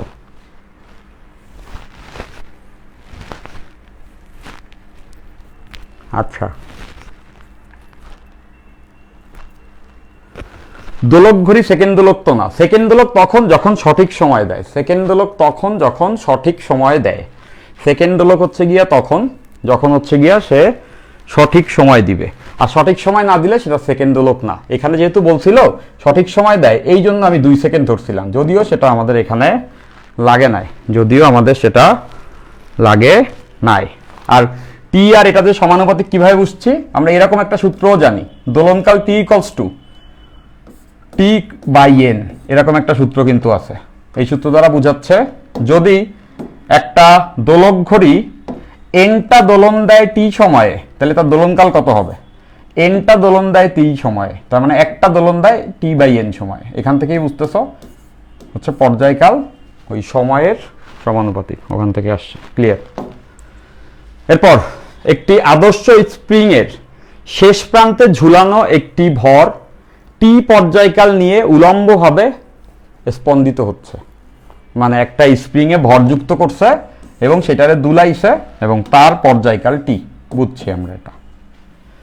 এখন স্পন্দনের বিস্তার দ্বিগুণ করা হলে নতুন দোলনকাল কত হবে? এই যে বললাম না, সেম ট্রিক্স, বিস্তারের উপরে দোলনকাল ডিপেন্ড করে না, বিস্তারের উপরে দোলনকাল ডিপেন্ড করে না। দেখো এটা ডিউতে আসছে, বিস্তারের সঙ্গে দোলনকালের কোনো সম্পর্ক, আচ্ছা সরি, করে করে, এই যে আমি এখানে ভুল করছি। কি ভুল করছি? বিস্তারের উপরে দোলনকাল ডিপেন্ড করে না সরল দোলকের ক্ষেত্রে, বাট ডোন্ট ফরগেট এখানে বলছে আদর্শ স্প্রিং, রিমেম্বার। অপশন দেখে বুঝছি ভুল করার চান্স নাই, ওই অপশনটা ছিল না। দোলনকাল বিস্তারের উপরে ডিপেন্ড করে না কখন? যখন সরল দোলক। কথা আমরা দেখছি সরল দোলকের ক্ষেত্রে, সরল দোলক বা পেন্ডুলামের ক্ষেত্রে পর্যায়কালের সূত্র একটাই, টি ইকুয়ালস টু 2π√L/g। সো এখানে কোথাও আমাদের বিস্তার ছিল না, কার্যকারী দৈর্ঘ্য এবং ত্বরণ ছিল, তার মানে বিস্তারের উপরে ডিপেন্ড করে না। বাট এইখানে কিন্তু বলছে একটা আদর্শ স্প্রিং। তো স্প্রিং এর ক্ষেত্রে আমরা দেখছি দোলনকালের সকল সূত্র, গত ক্লাসে স্প্রিং এর ক্ষেত্রে দোলনকালের আমি সবগুলো সূত্র দেখাইছিলাম। সো একটা সূত্র ছিল টি ইকুয়ালস টু 2π√M/k। M/k বলতে স্প্রিংটার, স্প্রিং ধ্রুবক হচ্ছে কে, আর এই স্প্রিং এর সঙ্গে আমরা একটা ভর যুক্ত করে যে দোলাই, এই ভরটার মান হচ্ছে গিয়ে M/k। এটা একটা ছিল। আরেকটা সূত্র ছিল টি ইকুয়ালস টু 2π√E/g, √E/g, এবং ই কোনটারে বলে সেটাও কিন্তু গত ক্লাসে বলছিলাম, তাও এখানে রিমাইন্ডার দিই যে প্রথমে বেসিক্যালি স্প্রিংটা শিথিল অবস্থানে থাকে, এরপরে যখন আমরা এটার সঙ্গে ভর জুড়ে দিই তখন স্প্রিংটা কিছুটা ঝুলে যায়, ভর যুক্ত করে দেওয়ার পরে স্প্রিংটা কিছুটা ঝুলে যায়। তাহলে প্রথম অবস্থায় যতটুকু ঝুলে যায়, গত ক্লাসে ডিটেলস পড়ছি, প্রথম অবস্থায় যতটুকু ঝুলে যায় সেটাকে আমরা বলি হচ্ছে এলংগেশন বা ই। এখনো কিন্তু সে দুলতেছে না, ভর যুক্ত করলে সে কিছু পরিমাণ ঝুলে দেয়। এই যে ভর আমরা এখানে যুক্ত করছি, দ্যাটস ওয়াই কিছু পরিমাণ ঝুলে গেছে। এই যে অবস্থানটাতে সে আসে এইটাকে আমরা বলি সাম্যাবস্থা। এইবার কিছুটা টেনে ছেড়ে দিলে এটা দুলতে থাকে। এখন যে কিছুটা টানবো এই কিছুটা হচ্ছে বিস্তার। এরপরে যে পরিমাণ আমরা টানি এইটাকে আমরা বলি হচ্ছে গিয়া বিস্তার। তার মানে বুঝতেছ, এই তৃতীয় অবস্থানটা হচ্ছে গিয়ে বিস্তার। এটা ডিটেলস গতকালকে পড়ছি আমরা। এবার এইটাকে মাঝে রাইখা এইটা এই বিস্তারে দুলতে থাকে। সো ভরযুক্ত করার পর যতটুকু ঝুলে যায় সেটা হচ্ছে ই। তো যাই হোক, এবার খেয়াল করে দেখো যেটা বলছে নতুন দোলনকাল হবে, নতুন দোলনকাল হবে। আচ্ছা, এখন বিস্তার দ্বিগুণ করছে, সো এখানে কিন্তু টেকনিক্যাল ভুল আছে। বিস্তার দ্বিগুণ করছে এই কথাটা ভুল, ডিউতেই আসছে এই কোশ্চেনটা, তাও আমি বলতেছি বিস্তার দ্বিগুণ করছে এই কথা ভুল। দেখো বিস্তার তো পরে যতটুকু ঝুলে যায় সেইটা তো সূত্রে নাই, সূত্রে আছে কোনটা? প্রথমে কথা হচ্ছে এটা তো না, কজ এম বাই কে এর সঙ্গে তো সম্পর্ক না, বিস্তারের সঙ্গে সম্পর্ক আছে টি এর ই এর সাথে, ই এর সাথে। ই কি বিস্তার? না, ই হচ্ছে ভর যুক্ত করলে যতটুকু ঝুলে যায়। আমি ই এর পরিচয়টা স্পষ্টভাবে বলি, এই কোশ্চেনে কিন্তু ভাষাগত জটিলতা আছে, টিচারই আসলে কনসেপ্টটা জানেন না বললে ছোট করা হবে, হয়তোবা কোনো কারণে ভুল করে ফেলছেন। তো যারা ডিটেলসে শিখবে তারা বলবে যে এই ডিউর এই কোশ্চেনটাতে ঝামেলা আছে। ই হচ্ছে গিয়া ভর যুক্ত করলে, ভর যুক্ত করলে যে পরিমাণ প্রসারিত হয়, পরিমাণ প্রসারিত হয়, এইটা কিন্তু বিস্তার না। বরঞ্চ মনে রাখবা এইটার দোলনটা সিম্পল হারমোনিক মোশন তখনই হবে যখন ই এর ভ্যালু বিস্তার থেকে অনেক বেশি হবে। প্রথম অবস্থায় যদি এটা ঝুলে যায় লেটস সে 10 সেন্টিমিটার, ডেফিনেটলি এই এর ভ্যালু 10-এর বেশি হইতে পারবে না। এইটারে যদি আমরা 11 বা 12টা নিই তাহলে এর দোলনটা সরল ছন্দিত থাকবে না, সেটা হয়ে যাবে ডাম্পিং হারমোনিক মোশন, যেটা আমাদের সিলেবাসে ধারে কাছেও নাই। ওইখানে এনার্জি কমতে থাকে, আস্তে আস্তে দোলনকালটা ছোট হতে হতে থেমে যায়, মানে শক্তি কমে যায়, এটাকে বলা হয় ডাম্পিং হারমোনিক মোশন, ওটা আমাদের নাই। তাহলে সবসময় জানবা এটা হইতে হবে ই এর থেকে কম, এটা হইতে পারে 4 সেন্টিমিটার। এর থেকে যদি কম টেনে ছাড়ি তাইলে এই দোলনটা সরল ছন্দিত হয়। সো ই আর এ এক না, সোজা কথা। সো এই কোশ্চেনে ভুল আছে, ডিউর কোশ্চেনের ভুল আমরা ধরছি। যাই হোক, সো অ্যাকচুয়ালি কোশ্চেনে বুঝাইতে চাইছি কি? কোশ্চেনে বুঝাইতে চাইছে যে এই বিস্তার দ্বারা সে বুঝাইছে ই, ই দ্বিগুণ করা হলে, মানে ভর যুক্ত করা হইলে যে ঝুলে যায় সেটা যদি দ্বিগুণ হয় তাইলে পর্যায়কালের কি হবে। তো দেখতেছো ই এর সঙ্গে টি এর সম্পর্ক কি? বর্গমূলের সমানুপাতিক। আমরা দেখতেছি স্প্রিং এর টি এর সঙ্গে ভর যুক্ত করলে ঝুলে যাওয়া পরিমাণের সম্পর্ক টি প্রপোর্শনাল রুট ওভার ই। তাহলে এখান থেকে এটা বলতে পারবো T2 by T1 equals root over E2 by E1। Teacher এইটা বুঝাইছে। পরীক্ষার হলেও তোমরা কিন্তু একটু কমন সেন্স কাজে লাগাইতে পারো, যেহেতু অপশনে পর্যায় বিস্তার নাই, মানে একটা অপশন দিতেই হবে, তখনই তুমি বুঝছো টিচার আসলে বিস্তার দ্বারা ই বুঝাইছে।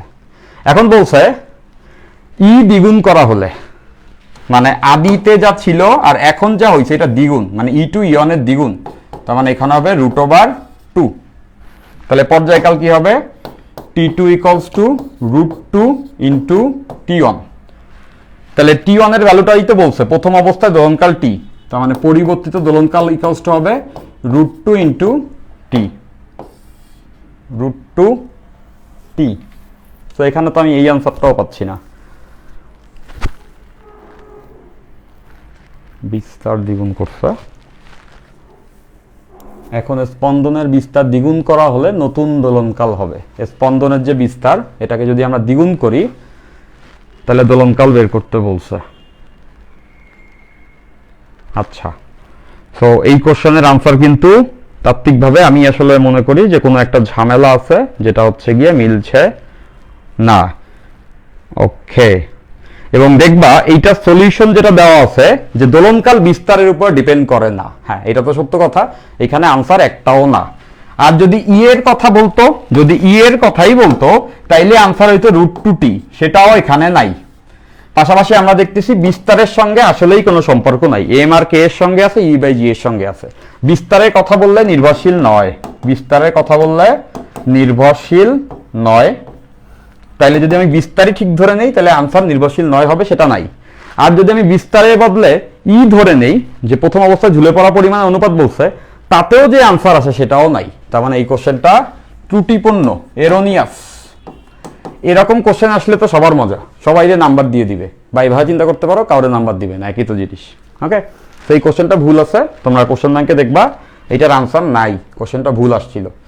সো এইরকম ক্ষেত্রে যদি পরীক্ষার হলে হয়, তোমাদের মনে নিশ্চয়ই কোশ্চেন আসছে যে এরকম একটা কোশ্চেন তোমাদের আসলো যে এই কোশ্চেনটা এরর আছে। এখন পরীক্ষার হলে তুমি তখন কি করবা দেখি তো, তোমরা বলো, এটা কি তুমি দাগায় দিয়ে আসবা নাকি হচ্ছে গিয়া ছাইড়া দিয়ে আসবা? কে কোনটা করবা?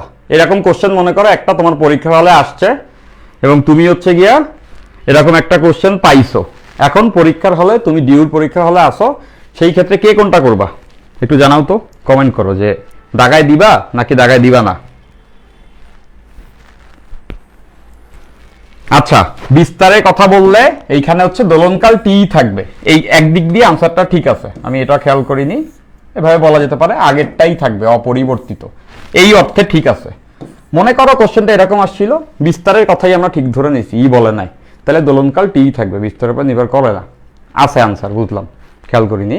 বাট যদি এরকম হইতো যে কোনোভাবে আনসার নাই, সেই ক্ষেত্রে কি দাগাবা কি দাগাবা না?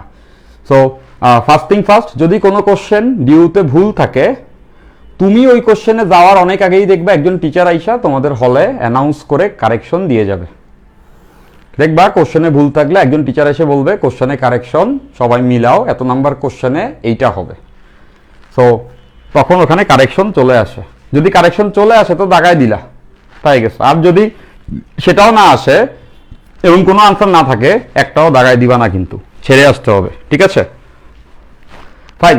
সো এইটা বিস্তারই বলছে, তাতে দোলনকাল টি থাকবে অপরিবর্তিত, সেইটা পরিবর্তন হবে না। গেল, ওই উপরে টি আছে মানে বুঝাইছে অপরিবর্তিত থাকবে, এটার আনসার ওই রকম। বাট যদি ই বলতো তাহলে হয়তো √2/t, সেটা বলে নাই, বাট তারপরও আমরা এই কনসেপ্টটা শিখে রাখলাম এখানে। গেল, ফাইন। এর পরেরটা দেখো, এর পরেরটায় বলছে 4 সেন্টিমিটার দৈর্ঘ্য একটি সরল দোলক প্রতি মিনিটে 40 বার দোলন দেয়। যদি এর দৈর্ঘ্য 160 সেন্টিমিটার করা হয়, তবে 80 বার দুলতে কত সময় নেবে? সো এই টাইপের অঙ্ক আমরা এখান থেকে করতে পারবো, আমরা দুইটা সূত্র শিখছি। টি ইকুয়ালস টু, একটু আগেই দেখছি, টি বাই এন। এই এন হচ্ছে কতগুলা দোলন দেয়, এটা হচ্ছে দোলন সংখ্যা, কয়টা দোলন দিছে, আর এই কয়টা দোলন দিতে কতটুকু সময় লাগছে, এইটা থেকেই আমরা বের করতে পারতেছি একটা দোলনের সময়, দোলনকাল। এই সূত্রটা মাথায় রাখবা, এটা একটা। এবং সরল দোলকের দোলনকাল আমরা এমনিই জানি, যেটা হচ্ছে 2π√L/g। এখন এখানে বলছে দৈর্ঘ্য এত সেন্টিমিটার দৈর্ঘ্য একটি সরল দোলনকাল, এত সেন্টিমিটার দীর্ঘ একটি সরল দোলকের দোলনকাল প্রতি মিনিটে 40 বার দোলন দেয়। তাহলে এখান থেকে আমরা যে কাজটা করব, কার সঙ্গে কার সম্পর্ক নিব, তোমরা দেখতে পাচ্ছ এখানে বলে দিছে প্রতি মিনিটে, মানে টি বলা আছে কতটুকু সময়, প্রতি মিনিট যখন বলছে তখন বেসিক্যালি বুঝাইছে কতটুকু সময়ে সে কতগুলো দোলন দেয়, মানে টি এবং এন দেওয়া আছে। ওকে, আর বলছে যদি দৈর্ঘ্য এত করা হয়, মানে আদি দৈর্ঘ্য বলা আছে, এখানে একটা এল বলা আছে, এখনের এল বলা আছে, তাহলে দেখো তো এল এর পরিবর্তন কত হয়েছে, L2/L1। এখনের দৈর্ঘ্য 160 সেন্টিমিটার, আর আদি দৈর্ঘ্য হচ্ছে 40 সেন্টিমিটার। এই কাটাকাটি আমরা সবাই জানি 4, মানে আমরা বুঝতেছি কার্যকরী দৈর্ঘ্য 4 গুণ করা হয়েছে, কার্যকারী দৈর্ঘ্য 4 গুণ করেছে। ওকে, কার্যকারী দৈর্ঘ্যকে 4 গুণ করছে, 160 করছে। এবার বলছে যে 60 বার দোলন দিতে কত সময় লাগবে। এখন এই T/N এর সঙ্গে L এর সম্পর্কটা এখান থেকে আমরা সবাই নিশ্চয়ই বুঝতে পারতেছি। T/N এর সঙ্গে কার্যকারী দৈর্ঘ্যের সম্পর্ক T/N প্রপোর্শনাল √L। তাহলে এখান থেকে তো আমরা একটা সম্পর্ক লিখে ফেলতে পারবো, নিশ্চয়ই বুঝতেছি। উপরে হচ্ছে গিয়া T2/N2, নিচে হচ্ছে গিয়া T1 বাই N1 মানে অনুপাত নিছি equals to root over L2 by L1। নিশ্চয় সবাই বুঝছো, এই যে T বাই N দ্বিতীয় অবস্থায় T বাই N, প্রথম অবস্থায় T বাই N, এটা হচ্ছে দৈর্ঘ্যের অনুপাতের বর্গমূল। তাহলে এখন এই অনুপাত তো আমরা জানি, এই অনুপাতটা তো অলরেডি আমরা দেখতে পাচ্ছি, এটা ভালো ছিল, আর ইতে আসছে 4। তাহলে এই অনুপাত যদি 4 হয় রুট ওভার 4 হুইচ ইজ 2। তাহলে এবার দেখো এই জায়গাতে প্রথম অবস্থায় এইখানে আমরা দেখতেছি 40 বার দোলন দেয় 1 মিনিটে, মানে N1 40 এবং তখন সময় কত 1 মিনিট। এবার বলছে 60 বার দোলন দিতে কত সময় লাগবে, তার মানে N2 দ্বিতীয় অবস্থায় সে দোলন দিবে 60 বার। তাহলে এখান থেকে আমরা বের করব T2 কত। ওকে, আই থিঙ্ক এই কোশ্চেনে এরর থাকতে পারে। তো আমরা দেখতেছি T2 বাই 60 ইকুয়ালস, এখানে আসবে 1/40 ইকুয়ালস 2। তাহলে এই জায়গা থেকে যদি আমরা ক্যালকুলেশন করি T2 বাই 60 ইকুয়ালস টু আসবে, এটা যদি উপরে গুণ করি 1/40 ইন্টু 2 মানে হচ্ছে গিয়া 1/20, এটা উপরে উঠে আসছে। তাহলে T2 ইকুয়ালস টু এই 60 উপরে উঠলে 60/20 এবং T2 এর ভ্যালু কিন্তু মিনিটে আসবে, কারণ দেখো T1 আমি মিনিটে বসাইছি তাই। তাহলে এই যে অনুপাতটা আমরা নিব, সো 60কে 20 দ্বারা কাটলে আমরা জানি 3 বার যায়। ওকে, তাহলে আনসার হওয়া উচিত 3 মিনিট এবং আনসার সেটা আছে 3 মিনিট। এখানে এম লিখে রাখছে, এম দ্বারা তো মিটার বুঝায়, এখানে বেসিকলি মিনিট লেখা উচিত, এম দ্বারা তো বেসিকলি মিটার বুঝায়। ওকে ফাইন, তাহলে সবাই নিশ্চয়ই এটা বুঝতে পারছে, এটা ভালো ছিল। ওকে, মানে ভালো বলতে এত ভালোও না, কোশ্চেন তো সবগুলোই সোজা, বাট তার ভিতরে আর কি যতটুকু বুঝছি সবাই ক্লিয়ার। আচ্ছা গেল, এরপর এটা মহা সোজা অঙ্ক। সমীকরণটি একটি সরল ছন্দিত স্পন্দন বর্ণনা করে, স্পন্দনের কৌণিক কম্পাঙ্ক নির্ণয় করো। তো আমরা জানি কৌণিক কম্পাঙ্ক নির্ণয় যদি করতে হয় আদর্শ সমীকরণের মতো করতে হবে, আর আদর্শ সমীকরণ হচ্ছে গিয়ে ডিফারেনশিয়াল ইকুয়েশনের আমরা দেখছি ওমেগা স্কয়ার এক্স ইকুয়ালস 0, এবং এখানে সহগটা 1 করতে হয়, বাট এখানে সহগটা তো 4, তাহলে এটাকে 4 দ্বারা ভাগ করলে এটার মতো দেখতে হবে। তো এই ইকুয়েশনকে যদি আমরা 4 দ্বারা ভাগ করি তাহলে দেখো এখানে y এবং t, এখানে t হবে, হ্যাঁ এইখানে x হবে আর এখানেও x হবে, এটা হচ্ছে গিয়া প্রিন্টিং মিস্টেক। তাহলে 4 দ্বারা যদি আমরা এটাকে ভাগ করে নেই তাহলে এখানে 16কে 4 দ্বারা ভাগ করলে এখানে থাকবে 4x ইকুয়ালস 0। তো এবার মিলান্তি যেহেতু সহগ সমান হয়েছে এবং স্পষ্টতই এখান থেকে আমরা বুঝতেছি এই ওমেগা স্কয়ার ইকুয়ালস 4, আমরা গত ক্লাসে এই টাইপের অঙ্ক দেখছি। তাহলে ওমেগা স্কয়ার যদি 4 হয় তাহলে ওমেগা ইকুয়ালস টু হবে হচ্ছে 2। এখন বলছেই কৌণিক কম্পাঙ্ক, সো এত রেডিয়ান পার সেকেন্ড। কৌণিক কম্পাঙ্ক বলতে আমরা জানি ওমেগাকেই বুঝায়, কৌণিক কম্পাঙ্ক বলতে ওমেগাকেই বুঝায়। তাহলে omega equals to 2 radian per second, এবং এটার আনসার আমরা দেখতে পাচ্ছি কই আছে 2 রেডিয়ান পার সেকেন্ড। সি, পারবো সবাই সোজা। এরপর একটা সরল ছন্দিত স্পন্দনের ক্ষেত্রে কোনটি সঠিক সমীকরণ, সেটা তো আমরা সবাই জানি যে এই যে omega square x, omega square x, that means এইটা বি নাম্বার, এক্সকে সময়ের সাপেক্ষে 2 বার ডিফারেন্সিয়েশন মানে ত্বরণ plus omega square x equals two 0, তাহলে এইটা ডান। পৃথিবী পৃষ্ঠে একটি সেকেন্ড দোলকের কার্যকারী দৈর্ঘ্য নির্ণয় করো। তো এই যে আমাদের ডিরেক্ট মুখস্থ সেকেন্ড দোলকের কার্যকারী দৈর্ঘ্য পৃথিবী পৃষ্ঠে আমরা জানি, যেটার ভ্যালু হচ্ছে গিয়া জি বাই পাই স্কয়ার, এবং এটা আমরা ডিরেক্ট মুখস্থ রাখবো 0.994 সেকেন্ড। তাহলে এটার আনসার কই ডি। ওকে, দেন এটা ফার্স্টের অঙ্ক, এটা একটু ভালো আছে। দেখো এই অঙ্কে কি বলছে, এই অঙ্কে বলছে 300 গ্রাম ভরের একটি বল সরল ছন্দিত গতিতে গতিশীল, মানে বুঝতে পারতেছ এইটা হচ্ছে ভরটা, ওই ভরটা কত 300 গ্রাম ভরের একটি বল সরল ছন্দিত গতিতে গতিশীল, মধ্যাবস্থান হতে বস্তুটি যখন, মধ্যাবস্থান বলতে কি বোঝায় নিশ্চয়ই এটা সবাই বুঝতে পারো, মধ্যাবস্থান বলতে বোঝায় সাম্যাবস্থা। তো সাম্যাবস্থা হতে বস্তুটির সরণ, আমরা সরণ সবসময় সাম্যাবস্থা থেকেই নেই, যেটা হচ্ছে 0.2, এটা হচ্ছে এক্স এর ভ্যালু সরণ। এত হয় তখন এর উপরে ক্রিয়ারত প্রত্যয়নী বল, তখন এর উপরে ক্রিয়ারত প্রত্যয়নী বল হচ্ছে এটা। সো বলটির দোলনকাল কত? তো বুঝতেই পারতেছো প্রত্যয়নী বল কার থাকে? স্প্রিং এর থাকে, মানে স্প্রিং দুলতেছে। তো দোলনকাল টি ইকুয়ালস টু আমরা সবাই জানি স্প্রিং এর ক্ষেত্রে √m/k এটা দিয়ে করব, যেহেতু ভর দেওয়া আছে। তো এবার দেখতে পাচ্ছ এম এর ভ্যালু তো ডিরেক্টলি বলে দিছে 300 গ্রাম, 300 গ্রাম মানে 0.3 কেজি। তাহলে এবার দরকার আমাদের কে স্প্রিং ধ্রুবক। স্প্রিং ধ্রুবক কিভাবে বের করব? সো এটা আমাদের সবার জানা আছে, যেই সূত্র গতকালকে আমি লিখেও দিছি। একটা স্প্রিংয়ে যখন আমরা ভর যুক্ত করি এবং এটাকে যদি আমরা এক্স পরিমাণ লম্বা করি, তাহলে প্রত্যয়নী বল, উল্টা দিকে একটা বল কাজ করে, স্প্রিংটা আগের জায়গায় ফিরে লম্বা করলে ফিরে আসতে চায়, এটাকে বলা প্রত্যয়নী বল। সো প্রত্যয়নী বলের সূত্র স্প্রিং এর ক্ষেত্রে সবার জানা আছে, F = kx।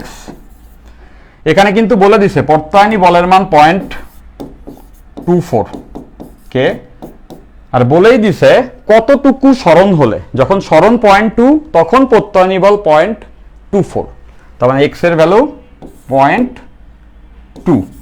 তাহলে এখান থেকে কে বের হয়ে যাচ্ছে, কে = 0.24 ডিভাইডেড বাই 0.20, 0.2 মানে 0.20। দেখো দশমিক একই সংখ্যার পরে আছে, উঠে দিতে পারবো, আমরা লিখতে পারবো 24/20।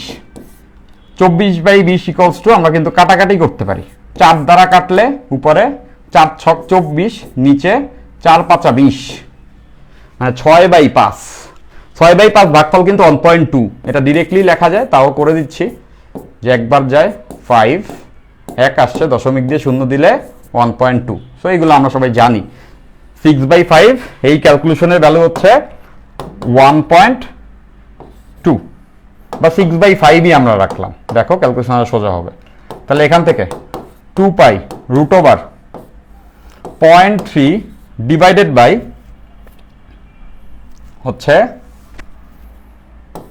1.2 দিলাম এখানে 1.2, যেটা ক্যালকুলেশন ইজি করে। তো দেখো এই যে এইখানে দশমিক উঠাই দিলে এখানে দশমিক উঠাইতে পারি, তাই না? দুইটাতেই দশমিক যেহেতু আছে, তো লিখতে পারবো 2π √, এটা মানে কি 3/10, এটা মানে হচ্ছে 12/10, 10 কেটে গেলে 3/12। 3 দ্বারা 12কে কাটা যায়, 3 দ্বারা 12কে কাটলে 4, 3 × 4, বর্গমূল করে দিলে দেখতেছো 2π × 1/2, 2 কাটা থাকলো পাই। দেখছো ক্যালকুলেশনে কত এসান হয়েছে? প্রথমে মনে হয়েছিল না প্যারা, বাট কোনো প্যারা নাই, এটা আনসার পাই। আর পাই মানে 3.1416 সেকেন্ড, তাহলে আনসার বি। সুন্দর কিন্তু এই অঙ্কটা, হ্যাঁ এটা একটু বেটার ছিল। এই প্রত্যয়নী বলটাকে আমাদের মানে comes in to play, but এই টাইপের অঙ্ক তোমাদের জন্য অবভিয়াসলি ডিফিকাল্ট না, আমরা এর থেকে অনেক কঠিন কঠিন অঙ্ক আরো বেটার ওয়েতে সলভ করেছি, তাই না? এগুলো আরো সোজা।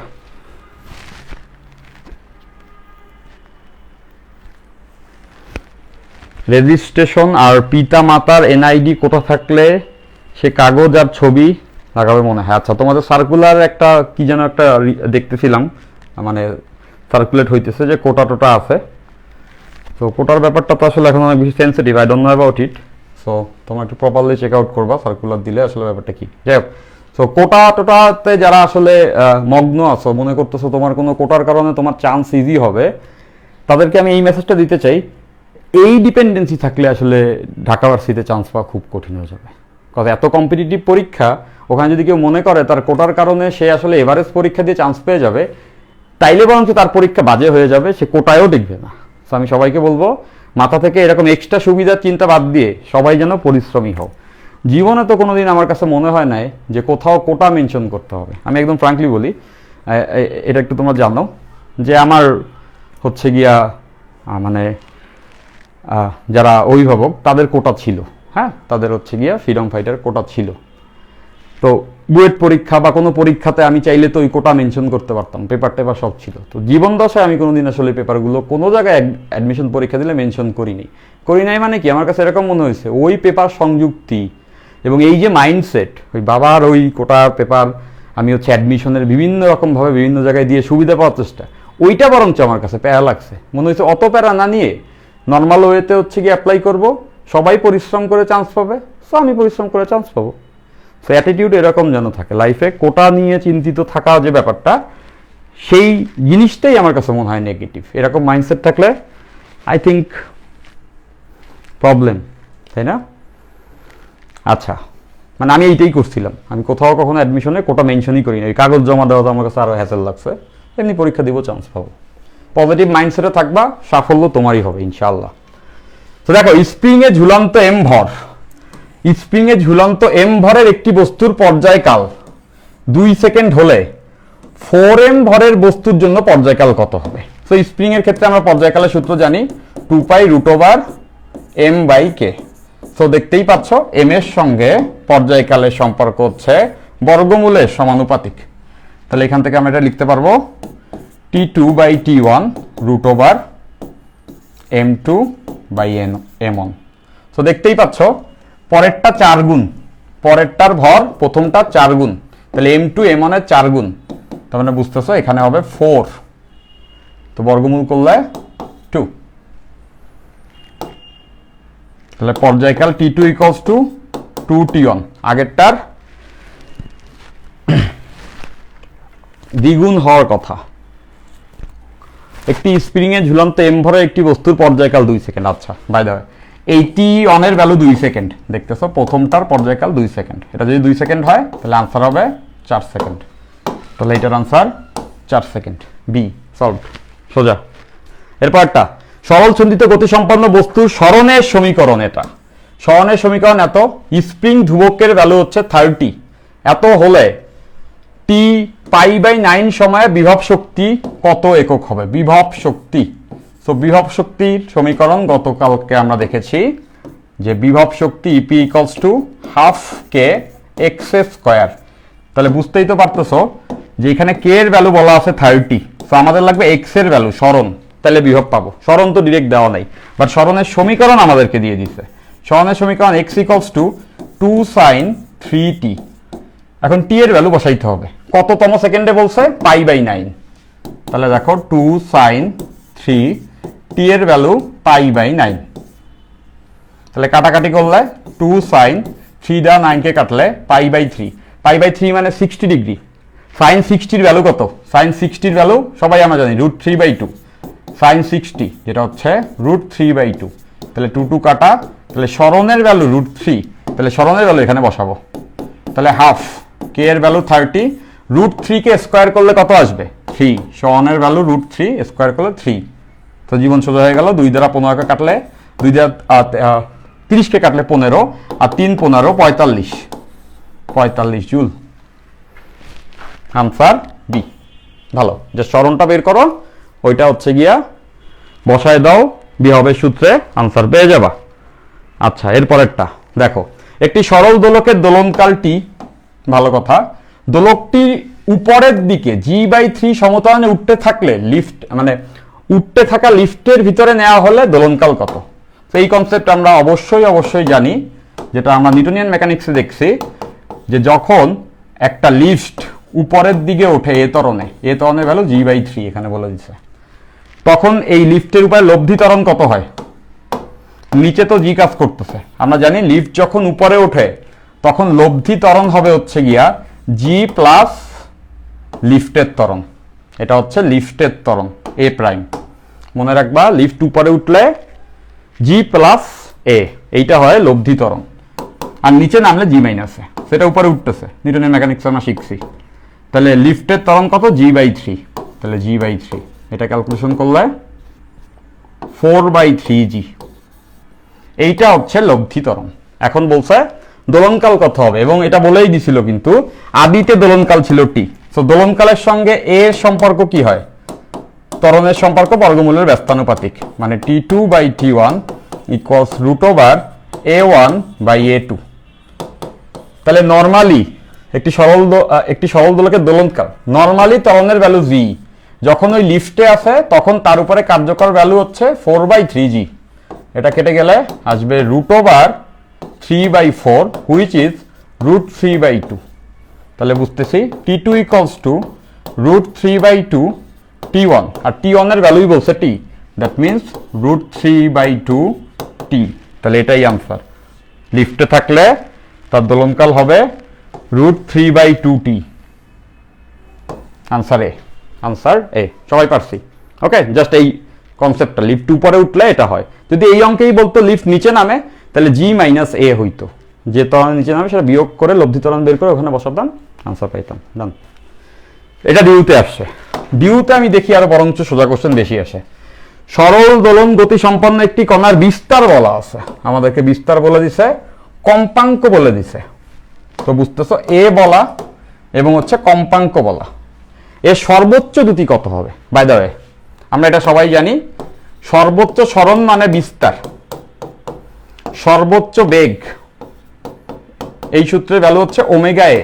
ডেফিনেটলি আমরা জানি এক্স এর ভ্যালু শূন্য বসাইলে বেগের সর্বোচ্চ মান আসে, আর এক্স এর ভ্যালু শূন্য মানে সাম্যাবস্থা বেগ সর্বোচ্চ, এবং সর্বোচ্চ ত্বরণের ভ্যালু হচ্ছে গিয়া ওমেগা স্কোয়ার এ। এই সূত্রগুলো নিশ্চয়ই আমরা জানা আছে। তো গত ক্লাসে এটা লিখে দেই নাই, দ্যাটস এখানে লিখে দিছি। Okay fine. তো আমাদের কাছে চাইছেই হচ্ছে গিয়া সর্বোচ্চ বেগ কত হবে। তো আমরা জানি সর্বোচ্চ বেগ ইকুয়ালস টু হচ্ছে ওমেগা এ। আবার এটা আমাদের জানা আছে ওমেগা ইকুয়ালস টু দুইটা সূত্র আছে। আমরা যেহেতু কম্পাঙ্ক দেখতেছি, একটা হচ্ছে 2 πf ইন্টু এ, কম্পাঙ্ক দেওয়া আছে, দ্যাটস ওয়াই 2 πf নিছি। সো এফ এর ভ্যালু আমাদের বলছে 2.5। 2.5 কে কি লেখা যায়? 5/2। নিশ্চয়ই সবাই বুঝছো, 2.5 মানে 5/2, একবার লিখলাম, ক্যালকুলেশন সোজা হবে। আর বিস্তার হচ্ছে 0.02। তাহলে এই দুই কেটে গেল, এবার ক্যালকুলেশন করতে হবে, তাই না?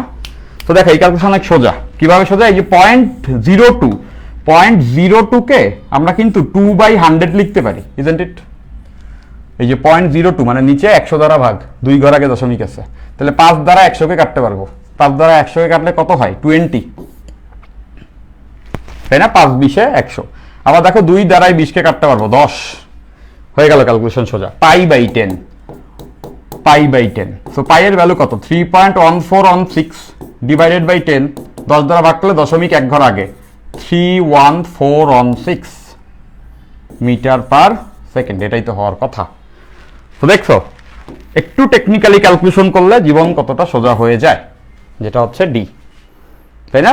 এইখানে যদি 0.02 রেখে দিয়ে ক্যালকুলেশন করতে নিতা, পাইটাই গুণ করে একটু ঝামেলা হইতো। বাট সবাই নিশ্চয়ই এটা বুঝতে পারছি।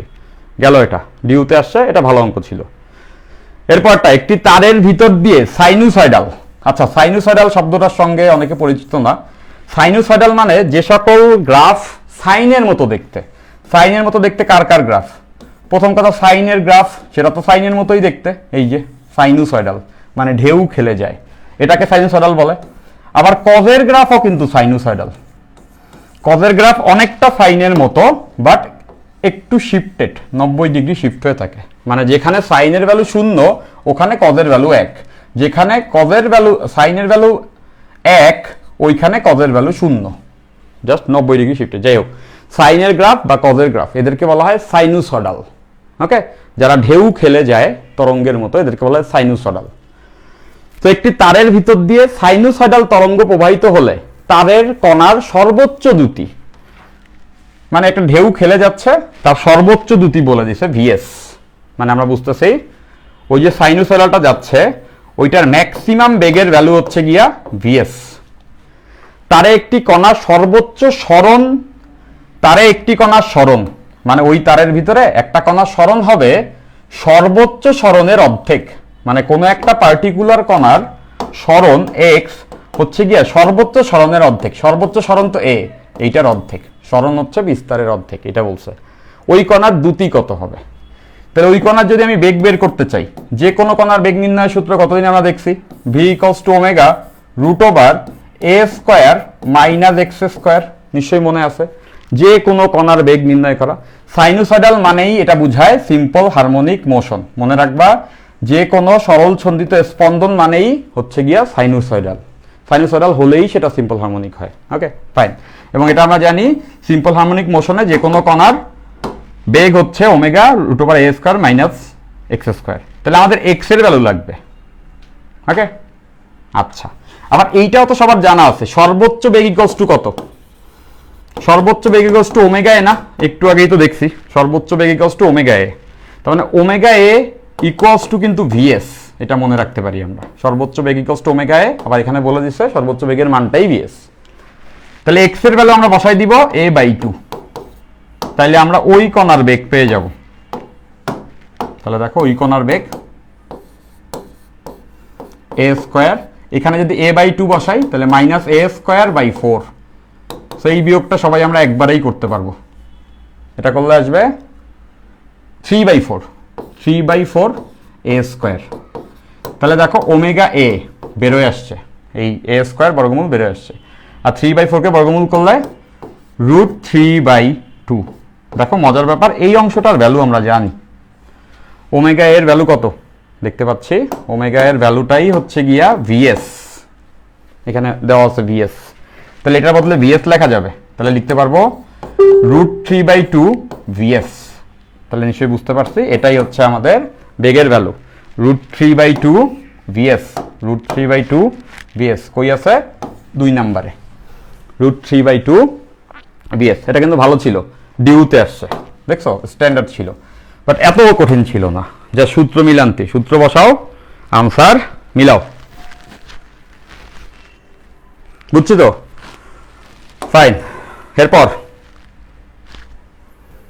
দেখো এটা সরল ছন্দিত স্পন্দনের ক্ষেত্রে স্প্রিং ধ্রুবক, আমরা এই সূত্রটা সবাই গতদিন দেখছিলাম। স্প্রিং ধ্রুবক KE = mg। ওকে, সো অনেক বইয়ে এই ইটাকে এল বলে, এই এলঙ্গেশনটাকে এল বলে। দ্যাট মিনস এটাও লেখা হয় KL = mg। সো এখান থেকে লেখা যাবে K = mg/L, K = mg/L, এবং দেখতেছো এখানে আছে mg/L।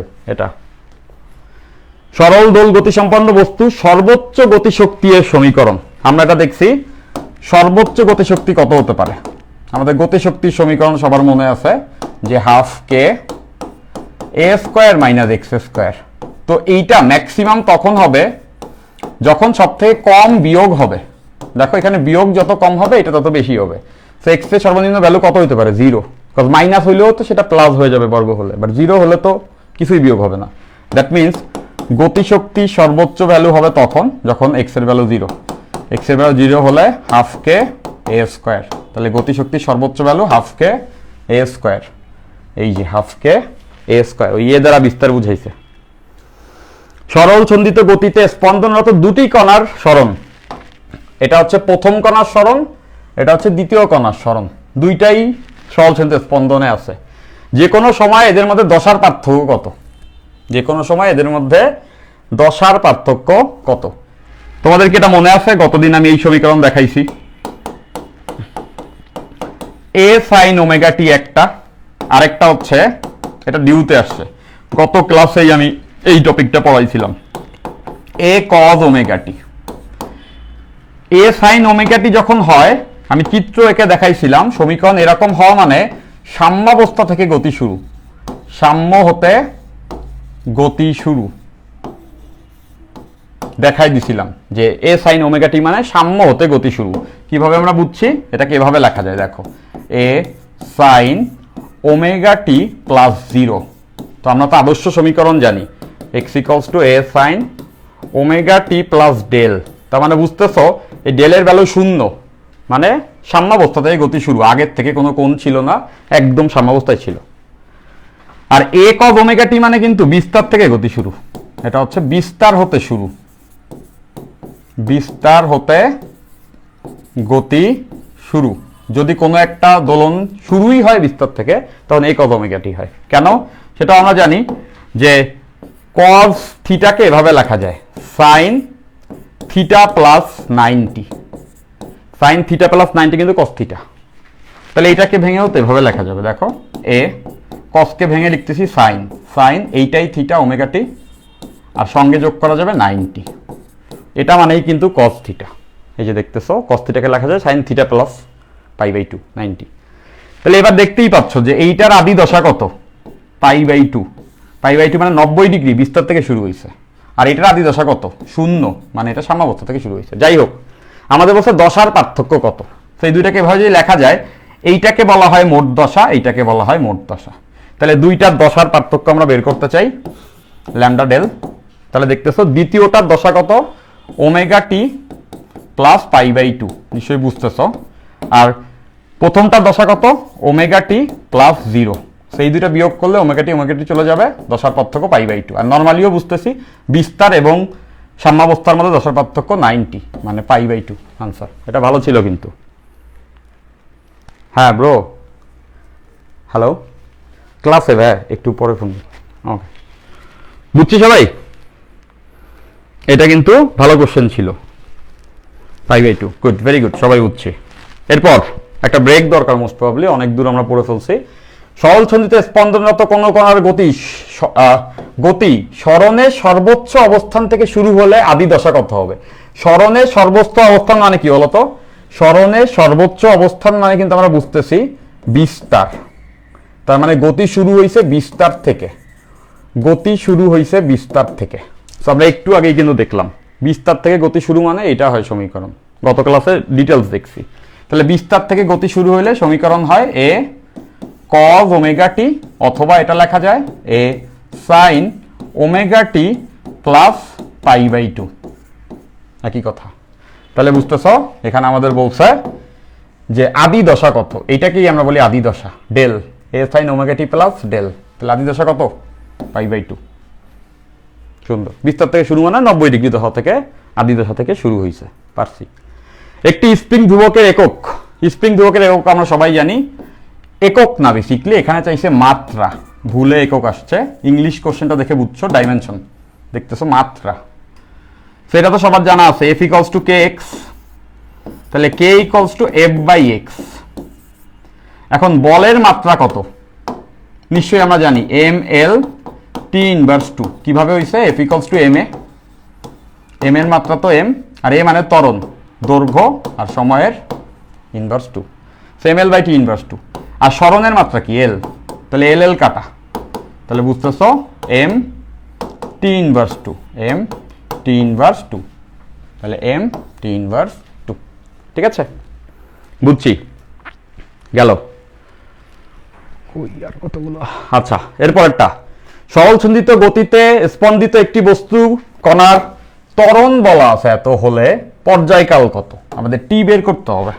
এখন আমরা তো এটা জানি, ত্বরণ ইকুয়ালস টু বলা আছে -kx। আবার এটাও কি আমাদের জানা নাই?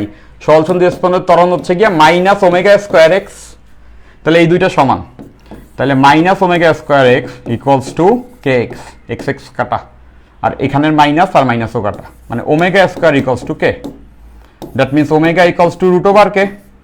আর আমরা এটা সবাই জানি ওমেগা মানে 2π/t, তাহলে t ইকুয়ালস টু হবে 2π/√k, t equals to 2π/√k। এটাও ডিউতে আসছে, একদম রিসেন্ট, দেখতেছো তোমাদের বিগত বছরে আসছে। খুব কঠিন কি? ত্বরণ ইকুয়ালস টু এটা বলছে, পর্যায়কাল বের করতে বলছে। আর আমরা জানি ত্বরণ ইকুয়ালস টু -ω²x, x কেটে গেছে, ওখান থেকে ওমেগা বের করছি, আর ওমেগা বের করলে টি বের করা গেছে। সেরকম অঙ্ক আসলে সবাই পারবো। গেল এটা বি। একদম লাস্টে চলে আসছি, দেখো এরপর এটাও ডিউতে রিসেন্টলি আসছে, ওই বছর দুইটা কোশ্চেন আসছে কিন্তু। মহাকাশে একটি সেকেন্ড দোলকের কম্পাঙ্ক কত হবে? তো আমরা একটু আগে দেখছি, বহুবার দেখছি, এটা পর্যায়কাল হবে অসীম, কজ মহাকাশে জি এর ভ্যালু 0, তাই পর্যায়কাল অসীম হলে কম্পাঙ্ক কত হবে? কম্পাঙ্ক হচ্ছে 1/t, সেটা হবে 0, তাহলে কম্পাঙ্ক 0 হার্জ। সোজা। J equals to jm sin omega T একটি বস্তু কণার স্মরণের সমীকরণ হলে নিচের কোনটি ত্বরণ এবং সময়ের লেখচিত্র? ত্বরণ এবং সময়ের লেখচিত্র, এটা ভালো আছে। এখন এইটা কিসের গ্রাফ দেখেই বুঝতেছো, এটা সাইনুসয়েডাল। সাইনুসয়েডাল কেন সাইনুসয়েডাল? এটা তো সাইনের গ্রাফ, দেখেই বুঝতেছো সাইন ওমেগা টি, এটা সাইনের গ্রাফ। এটা স্মরণ বলছে, মানে এই জেড দ্বারা স্মরণ বুঝাইছে, মানে আমরা এক্সও চিন্তা করতে পারি, X equals to xm sine omega T. আর আমরা তো এটা সবাই জানি, থিটা ইকুয়ালস টু হচ্ছে গিয়া মানে ওমেগা কৌণিক বেগ ইকুয়ালস টু হচ্ছে গিয়া কৌণিক স্মরণ by T, θ/t। That means theta equals to কিন্তু ওমেগা টি। তার মানে বুঝতেছি এই ওমেগা টি এর বদলে এখানে থিটাও লেখা যায়, মানে সোজা কথা এইটা হচ্ছে x equals to xm sine theta, মানে সাইন থিটার গ্রাফ, এটা সাইন থিটার গ্রাফ। এবং এইটা দ্বারা বোঝাচ্ছে বিস্তার, সর্বোচ্চ স্মরণ এ সাইন থিটা। তাহলে আমাদেরকে বলছে কিসের গ্রাফ? ত্বরণ এবং সময়ের গ্রাফ। ত্বরণ এবং সময়ের গ্রাফ। আমরা ত্বরণের সমীকরণ কি জানি? সাইনুসয়েডাল মানে সিম্পল হারমোনিক মোশন, সাইনের মতো মানেই simple harmonic motion. Simple harmonic মোশনে ত্বরণের সমীকরণ আমরা সবাই জানি a ইকুয়ালস টু -ω²x, আর এক্সটাই এখানে স্মরণ আকারে দিচ্ছে, এখানে জেড দ্বারা লিখছে, বাট এটাই স্মরণ। তাহলে আমরা এই জায়গাতে এটা লিখতে পারবো মাইনাস ওমেগা স্কোয়ার এক্স এর এখানে এটা লিখে দিতে পারবো, মানে X M sine theta. Theta মানেই তো ওমেগা টি, বুঝতে পারছো? এটা দ্বারা আসলে বিস্তার বুঝায়। ওকে, এইটা দ্বারা বুঝায় বিস্তার। আমরা এটাও কারেকশন করতে পারি, সর্বোচ্চ সরণ যেটা, সর্বোচ্চ সরণটাই কিন্তু বিস্তার, এটাকে এভাবেও লেখা যায়। তাহলে এটা যদি বিস্তার হয় তাহলে এইখানে আমি বিস্তার আকারেই লিখি, তাহলে সুবিধা কি? আমরা সর্বোচ্চ ত্বরণের মান দেখছি না, সর্বোচ্চ ত্বরণের মান হচ্ছে গিয়ে ওমেগা স্কোয়ারে। আজকেই দেখেছি যে সর্বোচ্চ বেগ, সর্বোচ্চ ত্বরণ কার মান কত আমাদের নিশ্চয়ই মুখস্থ আছে, সর্বোচ্চ ত্বরণ ওমেগা স্কোয়ারে। তাহলে বুঝতে পারতেছো ওমেগা স্কোয়ার গুণ হলে ওটা দ্বারা বোঝায় সর্বোচ্চ ত্বরণ, এটা কিন্তু সর্বোচ্চ ত্বরণ। তাহলে এই সমীকরণ এভাবে লেখা যাবে, A equals to minus M X, M দ্বারা বোঝাচ্ছে ম্যাক্স, সর্বোচ্চ ত্বরণ সাইন থিটা। তাহলে এই গ্রাফটাও কিন্তু দেখো, এবং থিটাকেই তো আসলে ওমেগা টি লেখা যায়, আমাদের দরকার ছিল না আসলে এটাকে থিটা বানানোর, জাস্ট বোঝানোর জন্য বলতেছিলাম। ওমেগা টি ছিল, এখানেও আমরা ওমেগা টি বসায় রাখতে পারি। তাহলে দেখো আমাদের কিন্তু সমীকরণ চলে আসছে। এটাও সাইনেরই একটা গ্রাফ, এটাও সাইনেরই একটা গ্রাফ, জাস্ট একটা মাইনাস আছে এক্সট্রা, মানে যেখানে সাইন প্লাস হওয়ার কথা ওখানে সাইন মাইনাস হবে। দেখতে পাচ্ছ সমীকরণে যে টি আছে, এই যে ত্বরণ আছে, সাইনেরই গ্রাফ, সরণের মতোই, জাস্ট একটা মাইনাস, মানে যখন প্লাস আসার তখন মাইনাস আসবে। দেখো প্লাস সাইন থিটার গ্রাফ হচ্ছে গিয়ে এরকম, আর মাইনাস সাইন থিটা এটা হচ্ছে প্লাস সাইন থিটার গ্রাফ, আর মাইনাস সাইন থিটার গ্রাফ হবে সিম্পলি ওইটার মতোই, জাস্ট উল্টো। যেখানে প্লাস আসার কথা ওখানে মাইনাস আসছে। দেখো এখানে এটা যখন প্লাস এখানে তখন মাইনাস, এটা যখন মাইনাস এটা তখন প্লাস, উল্টা, যেহেতু মাইনাস দ্বারা গুণ। তাহলে বুঝতেই পারতেছো এখানে যেহেতু মাইনাস আছে সাইনেরই গ্রাফ জাস্ট উল্টে যাবে। তাহলে কোনটা? বি। দেখতেছো এই যে সাইনেরই গ্রাফ, এইটা হচ্ছে গিয়ে সরণেরটা, ত্বরণেরটা জাস্ট মাইনাস হয়ে উল্টে গেছে, এটা বি নাম্বার। সুন্দর কিন্তু এই অঙ্কটা, আই থিঙ্ক সবাই বুঝছো। সরণের গ্রাফ আমাদের দেওয়া ছিল, এবং দেখো ডিউ কোশ্চেনগুলো কিন্তু স্ট্যান্ডার্ড আছে। রিসেন্ট টাইমে যে কোশ্চেনগুলি আমাদের ডিউতে আসে ওগুলো প্রত্যেকটাই যথেষ্ট স্ট্যান্ডার্ড আছে।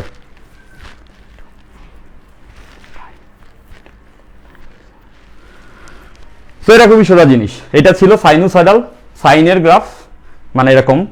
এইটা ছিল হচ্ছে সরণ এবং সময়ের গ্রাফ, বাট আমরা চাইছিলাম ত্বরণ এবং সময়ের। সো এখানে এক্স এর ভ্যালু বসাইলে আমরা দেখছি ওটাও সাইনের, জাস্ট একটা মাইনাস, দ্যাটস ওয়াই এটা বুঝছি। এগুলো সবাই বুঝতে পারতেছো। এরপরটা, সরল দোল গতি সম্পন্ন একটি বস্তু যখন তার সাম্যাবস্থা থেকে 2 সেন্টিমিটার দূরে, তখন তার গতিশক্তি স্থিতিশক্তির দ্বিগুণ। দেখতে পাচ্ছ গতিশক্তি স্থিতিশক্তি 3 গুণ, মানে ই কে ইপি এর 3 গুণ। গতকালকে এই কনসেপ্টের অঙ্ক দেখছি। তো আমাদের বলছে বিস্তার কত হবে, এ বের করতে হবে। গতিশক্তি ইকুয়ালস আমরা জানি half K A square minus X square, আর বিয়োগ শক্তি equals to half K X square. সব সূত্র মুখস্থ সবার, এগুলো সব লিখে দেওয়া হয়েছে।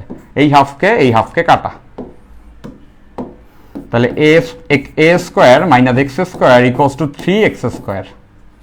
তাহলে বুঝতে পারতেছো 4x square equals to A square. তাহলে x ইকুয়ালস টু হবে x square equals to A square by 4। এই লাইন থেকে আমরা দেখতেছি x equals to plus minus a by 2, isn't it? বর্গমূল করলে এখন আমাদের তো এসে বিস্তার, তাহলে এটা ঘুরাই লিখি, বিস্তার a equals to plus minus 2x। তো সরণের ভ্যালু হচ্ছে 2 সেন্টিমিটার, তাহলে এর ভ্যালু এখানে যদি আমরা 2 সেন্টিমিটার বসায় দেই তাহলে আসবে 4 সেন্টিমিটার, প্লাস মাইনাস 4 সেন্টিমিটার। তো বুঝতেছো হয় +4 নাহলে -4, এখানে +4টা যেহেতু আছে বিস্তারের মানটা চাইছে। সবাই পারবো, সিম্পল। এটাও ডিউতে আসছে, সোজা সূত্র বসাও আনসার মিলাও। এবং আমি হলফ করে বলতে পারবো এই 2টা ক্লাস যারা করবা তারা ইনশাল্লাহ এখান থেকে যদি কোশ্চেন আসে পারবা। এবং একটা মজার ব্যাপার খেয়াল করছো, 22-এ 3টা কোশ্চেন আসছে, এইটা সহ 22-23-এ 3টা কোশ্চেন আসছে। এটা একটু আনইভেন ছিল, ইউজুয়ালি একটা আসার কথা, ওইবার 3টা আসছে, এবং 3টাই আমাদের প্রত্যেকের পারার কথা। এরপরটা, সরল সন্দিত স্পন্দন সম্বন্ধ একটি কণার গতির সমীকরণ, এইটা দেওয়া, এইটা এক্সট্রা আসছে প্লাস ডেল। পর্যায়কাল 4 সেকেন্ড, মানে টি দেওয়া হলে কৌণিক কম্পাঙ্ক কত? কৌণিক কম্পাঙ্ক কত? কৌণিক কম্পাঙ্ককে আমরা বলি হচ্ছে গিয়া ওমেগা, ওমেগা বের করতে হবে। সো এখানে বলছে y equals to 10 sine omega T plus del, মানে ওয়াই দ্বারাই বেসিক্যালি সরণ রে বুঝাইছে। তো পর্যায়কাল টি বলা আছে, পর্যায়কাল টি ইকুয়ালস টু 4 সেকেন্ড। সো এখান থেকেই তো কৌণিক কম্পাঙ্ক বেরোয়, এটা তো দরকার নেই। আমরা এটা জানি omega equals to 2 pi by T, তাহলে T equals to 2 pi by omega equals to 4, তাহলে omega equals to 2 pi by 4 মানে pi by 2 radian per second. আচ্ছা, পাই বাই 2 এটা আবার ডেটাতে বের করতে হবে, মানে 3.14 বাই 2। সো 3ই ধরো, 3কে যদি 2 দ্বারা ভাগ করি তাহলে কত আসে? 1.5। 3কে যদি আমরা 2 দ্বারা ভাগ করি, এভাবে চিন্তা করতে পারো, 3 বাই 2 এটা তো আসে 1.5, 1.5। তাহলে 1.5 এর থেকে একটু বেশি আসবে, কজ 3 এর সঙ্গে আর একটু আছে। 1.5 এর থেকে একটু বেশি মানে কি? সেটা সি, সেটা হচ্ছে গিয়া সি, বাট সি হবে না, সি হবে না, কজ পার সেকেন্ড দিছে। আচ্ছা, এটা বোধহয় টাইপিং মিস্টেক, এখানে রেডিয়ান পার সেকেন্ড হবে। হ্যাঁ, ভুলে দিছে। সি আনসার 1.5 এর থেকে একটু বেশি, তাহলে 1.57। সরল সন্ধিত দোলকের সর্বোচ্চ বেগ এত, বিস্তার এত মিটার হলে পর্যায়কাল কত? Common question. সর্বোচ্চ বেগ ইকুয়ালস টু আমরা জানি ওমেগা এ। সো সর্বোচ্চ বেগ ওমেগা এ, আর omega equals to 2 pi by T into A. So আমাদের চাইছেই পর্যায়কাল টি, তাহলে পর্যায়কাল টি equals to 2 pi by V max into A. So V ম্যাক্সের ভ্যালু বলা আছে 0.3, তাহলে 2 পাই বাই 0.3 ডিভাইডেড বাই বিস্তার। বিস্তারের ভ্যালু কত বলছে? 0.06। তো এখানে একটু ক্যালকুলেশন করা যাবে, দেখো সেটা হচ্ছে 2 পাই 0.3 মানে কত? 3 বাই 10, তার মানে 10 বাই 3 লেখা যায় নিচে যেহেতু আছে। আর 0.06 মানে 6 বাই 10, 6 বাই 10 না, 6 বাই 100, যেহেতু 2 ঘর পরে দশমিক।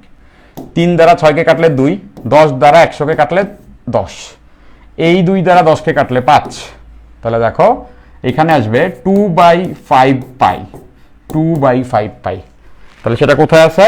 1 নম্বরে 2 বাই 5 পাই।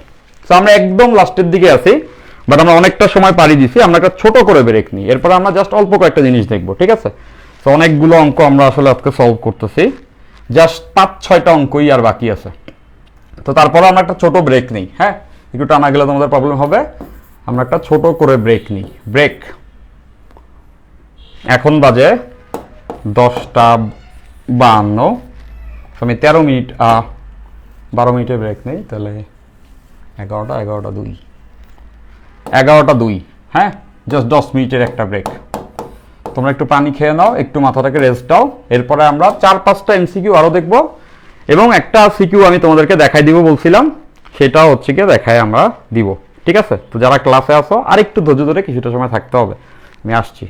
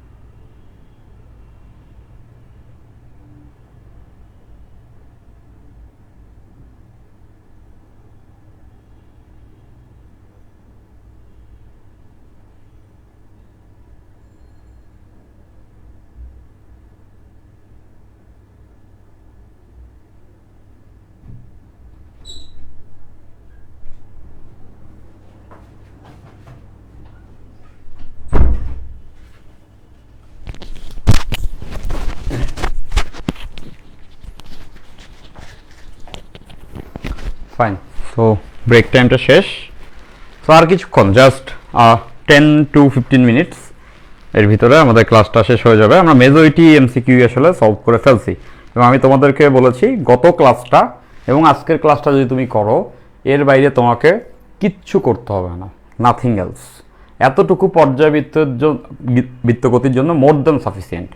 সো অ্যাকচুয়ালি এখান থেকে দেখছো লাস্ট ইয়ারে কিন্তু ডিউতে 4টা কোশ্চেন আসছে এমসিকিউ, ইউজুয়ালি এরকম হয় না।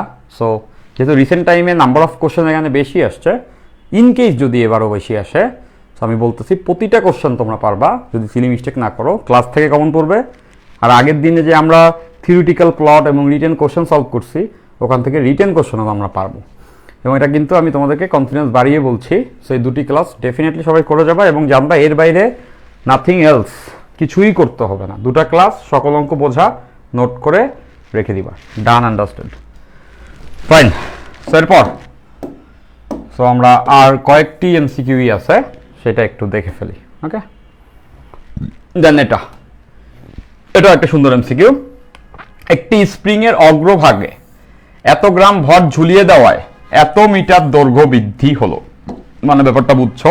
ওই যে স্প্রিংয়ের কনসেপ্ট আমি পড়াইছি, প্রথমে স্প্রিংটা এরকম ছিল, এর অগ্রভাগে একটা ভর ঝুলাই দিছে এবং এইটা কিছু পরিমাণ ঝুলে পড়ছে। এর অগ্রভাগে আমরা একটা ভর ঝুলাইছি এবং এটা কিছু পরিমাণ ঝুলে পড়ছে, এবং আমরা জানি ভর ঝুলানোর পরে যে পরিমাণ ঝুলে পড়ে সেটাকে আমরা বলি হচ্ছে এলঙ্গেশন ই। ওকে, তাহলে এখানে যে পরিমাণ ঝুলে পড়ছে বলে দিছে এতটুকু ঝুলে পড়ছে ই, এবং ই এর ভ্যালু বলে দিছে 0.1 মিটার। 0.1 মিটার ঝুলে পড়ছে, এবং যে ভরটা যুক্ত করছে সেটার ভ্যালু 100 গ্রাম। 100 গ্রামকে কেজি নিলে 1000 দ্বারা ভাগ করলে 0.1 কেজি। 0.1 কেজি আমরা এখানে ঝুলাইছি, এবং এতে এলঙ্গেশন ঝুলে পড়ছে 0.1 মিটার। আচ্ছা, সো এবার দেখো এরপরে কি বলছে। এরপরে বলছে এই অবস্থা থেকে স্প্রিংটিকে টেনে আরো 2 মিটার বৃদ্ধি করে ছেড়ে দেওয়ায় বস্তুটির মোট শক্তি, মানে আরো টানা হয়েছে। সো আরো যতটুকু টানা হয় আমরা জানি ওটাকে আমরা বলি বিস্তার। এই কনসেপ্ট আমি এই নিয়ে 3বার তোমাদের বলছি, দেখছো এই কনসেপ্টগুলো কি পরিমাণ কাজে লাগে, যেটা আমরা গত ক্লাসে দেখছি। সো আরো যতটুকু ঝুলে পড়ে এটাকে আমরা বলি হচ্ছে বিস্তারে, এবং বিস্তার এর ভ্যালু 2 মিটার। এই এবার বলছে মোট শক্তি নির্ণয় করো। সো মোট শক্তির সমীকরণ কে না জানে? টোটাল এনার্জি ইকুয়ালস টু আমরা জানি হাফ কে এ স্কোয়ার। সেখানে আমাদের দুইটা ডেটা লাগবে, একটা হচ্ছে এর ভ্যালু তো আমরা ডিরেক্টলি দেখেই বুঝতেছি 2 × 10⁻10, 2 × 10⁻2 সরি। এবার লাগবে কে এর ভ্যালু। কে এর ভ্যালু কি ডিরেক্টলি দেওয়া আছে? নাই, বাট আমরা গত ক্লাসে এটাও দেখেছিলাম যে কে এর একটা সূত্র, যে K equals to MG. K equals to MG এখান থেকে, তাহলে কে ইকুয়ালস টু আমরা লিখতে পারবো এমজি বাই ই। এম এর ভ্যালু 0.1, জি এর ভ্যালু 9.8, ই এর ভ্যালুও 0.1। এই যে এখানে এম এর ভ্যালু, ই এর ভ্যালু, তাহলে 0.1 কেটে গেলে কে এর ভ্যালু আসবে 9.8 নিউটন পার মিটার। তাহলে স্প্রিং ধ্রুবকের ভ্যালু আমরা পেয়ে গেছি। স্প্রিং ধ্রুবক হচ্ছে 9.8, তাহলে এখানে বসে যাবে 9.8। তাহলে মোট শক্তি ক্যালকুলেশন দেখো, হাফ 9.8, এইটারে বর্গ করলে 2 রে বর্গ করলে হয় 4, আর 10⁻² কে বর্গ করলে 10⁻⁴। এবার ক্যালকুলেশন এখান থেকে বুঝতে পারছি, 2 দ্বারা যদি এই 4কে কাটি 2, তাহলে এই 2 দিয়ে 9.8 কে গুণ করব। সবার জানা আছে 2 × 9.8 মানে 19.6 × 10⁻⁴ জুল। সো 19.6 আমরা সাইন্টিফিক মোডে লিখলে 1.96। দেখো দশমিক একটা সামনে আগায় লিখছি, তার মানে বুঝতেছো এক ঘর আগায় লিখছি, মানে সঙ্গে আবার 10 গুণ করতে হবে। এখানে 10 গুণ সঙ্গে আছে 10⁻⁴, এক ঘর আগায় লিখছি, দ্যাটস ওয়াই 10 গুণ করে দিছি।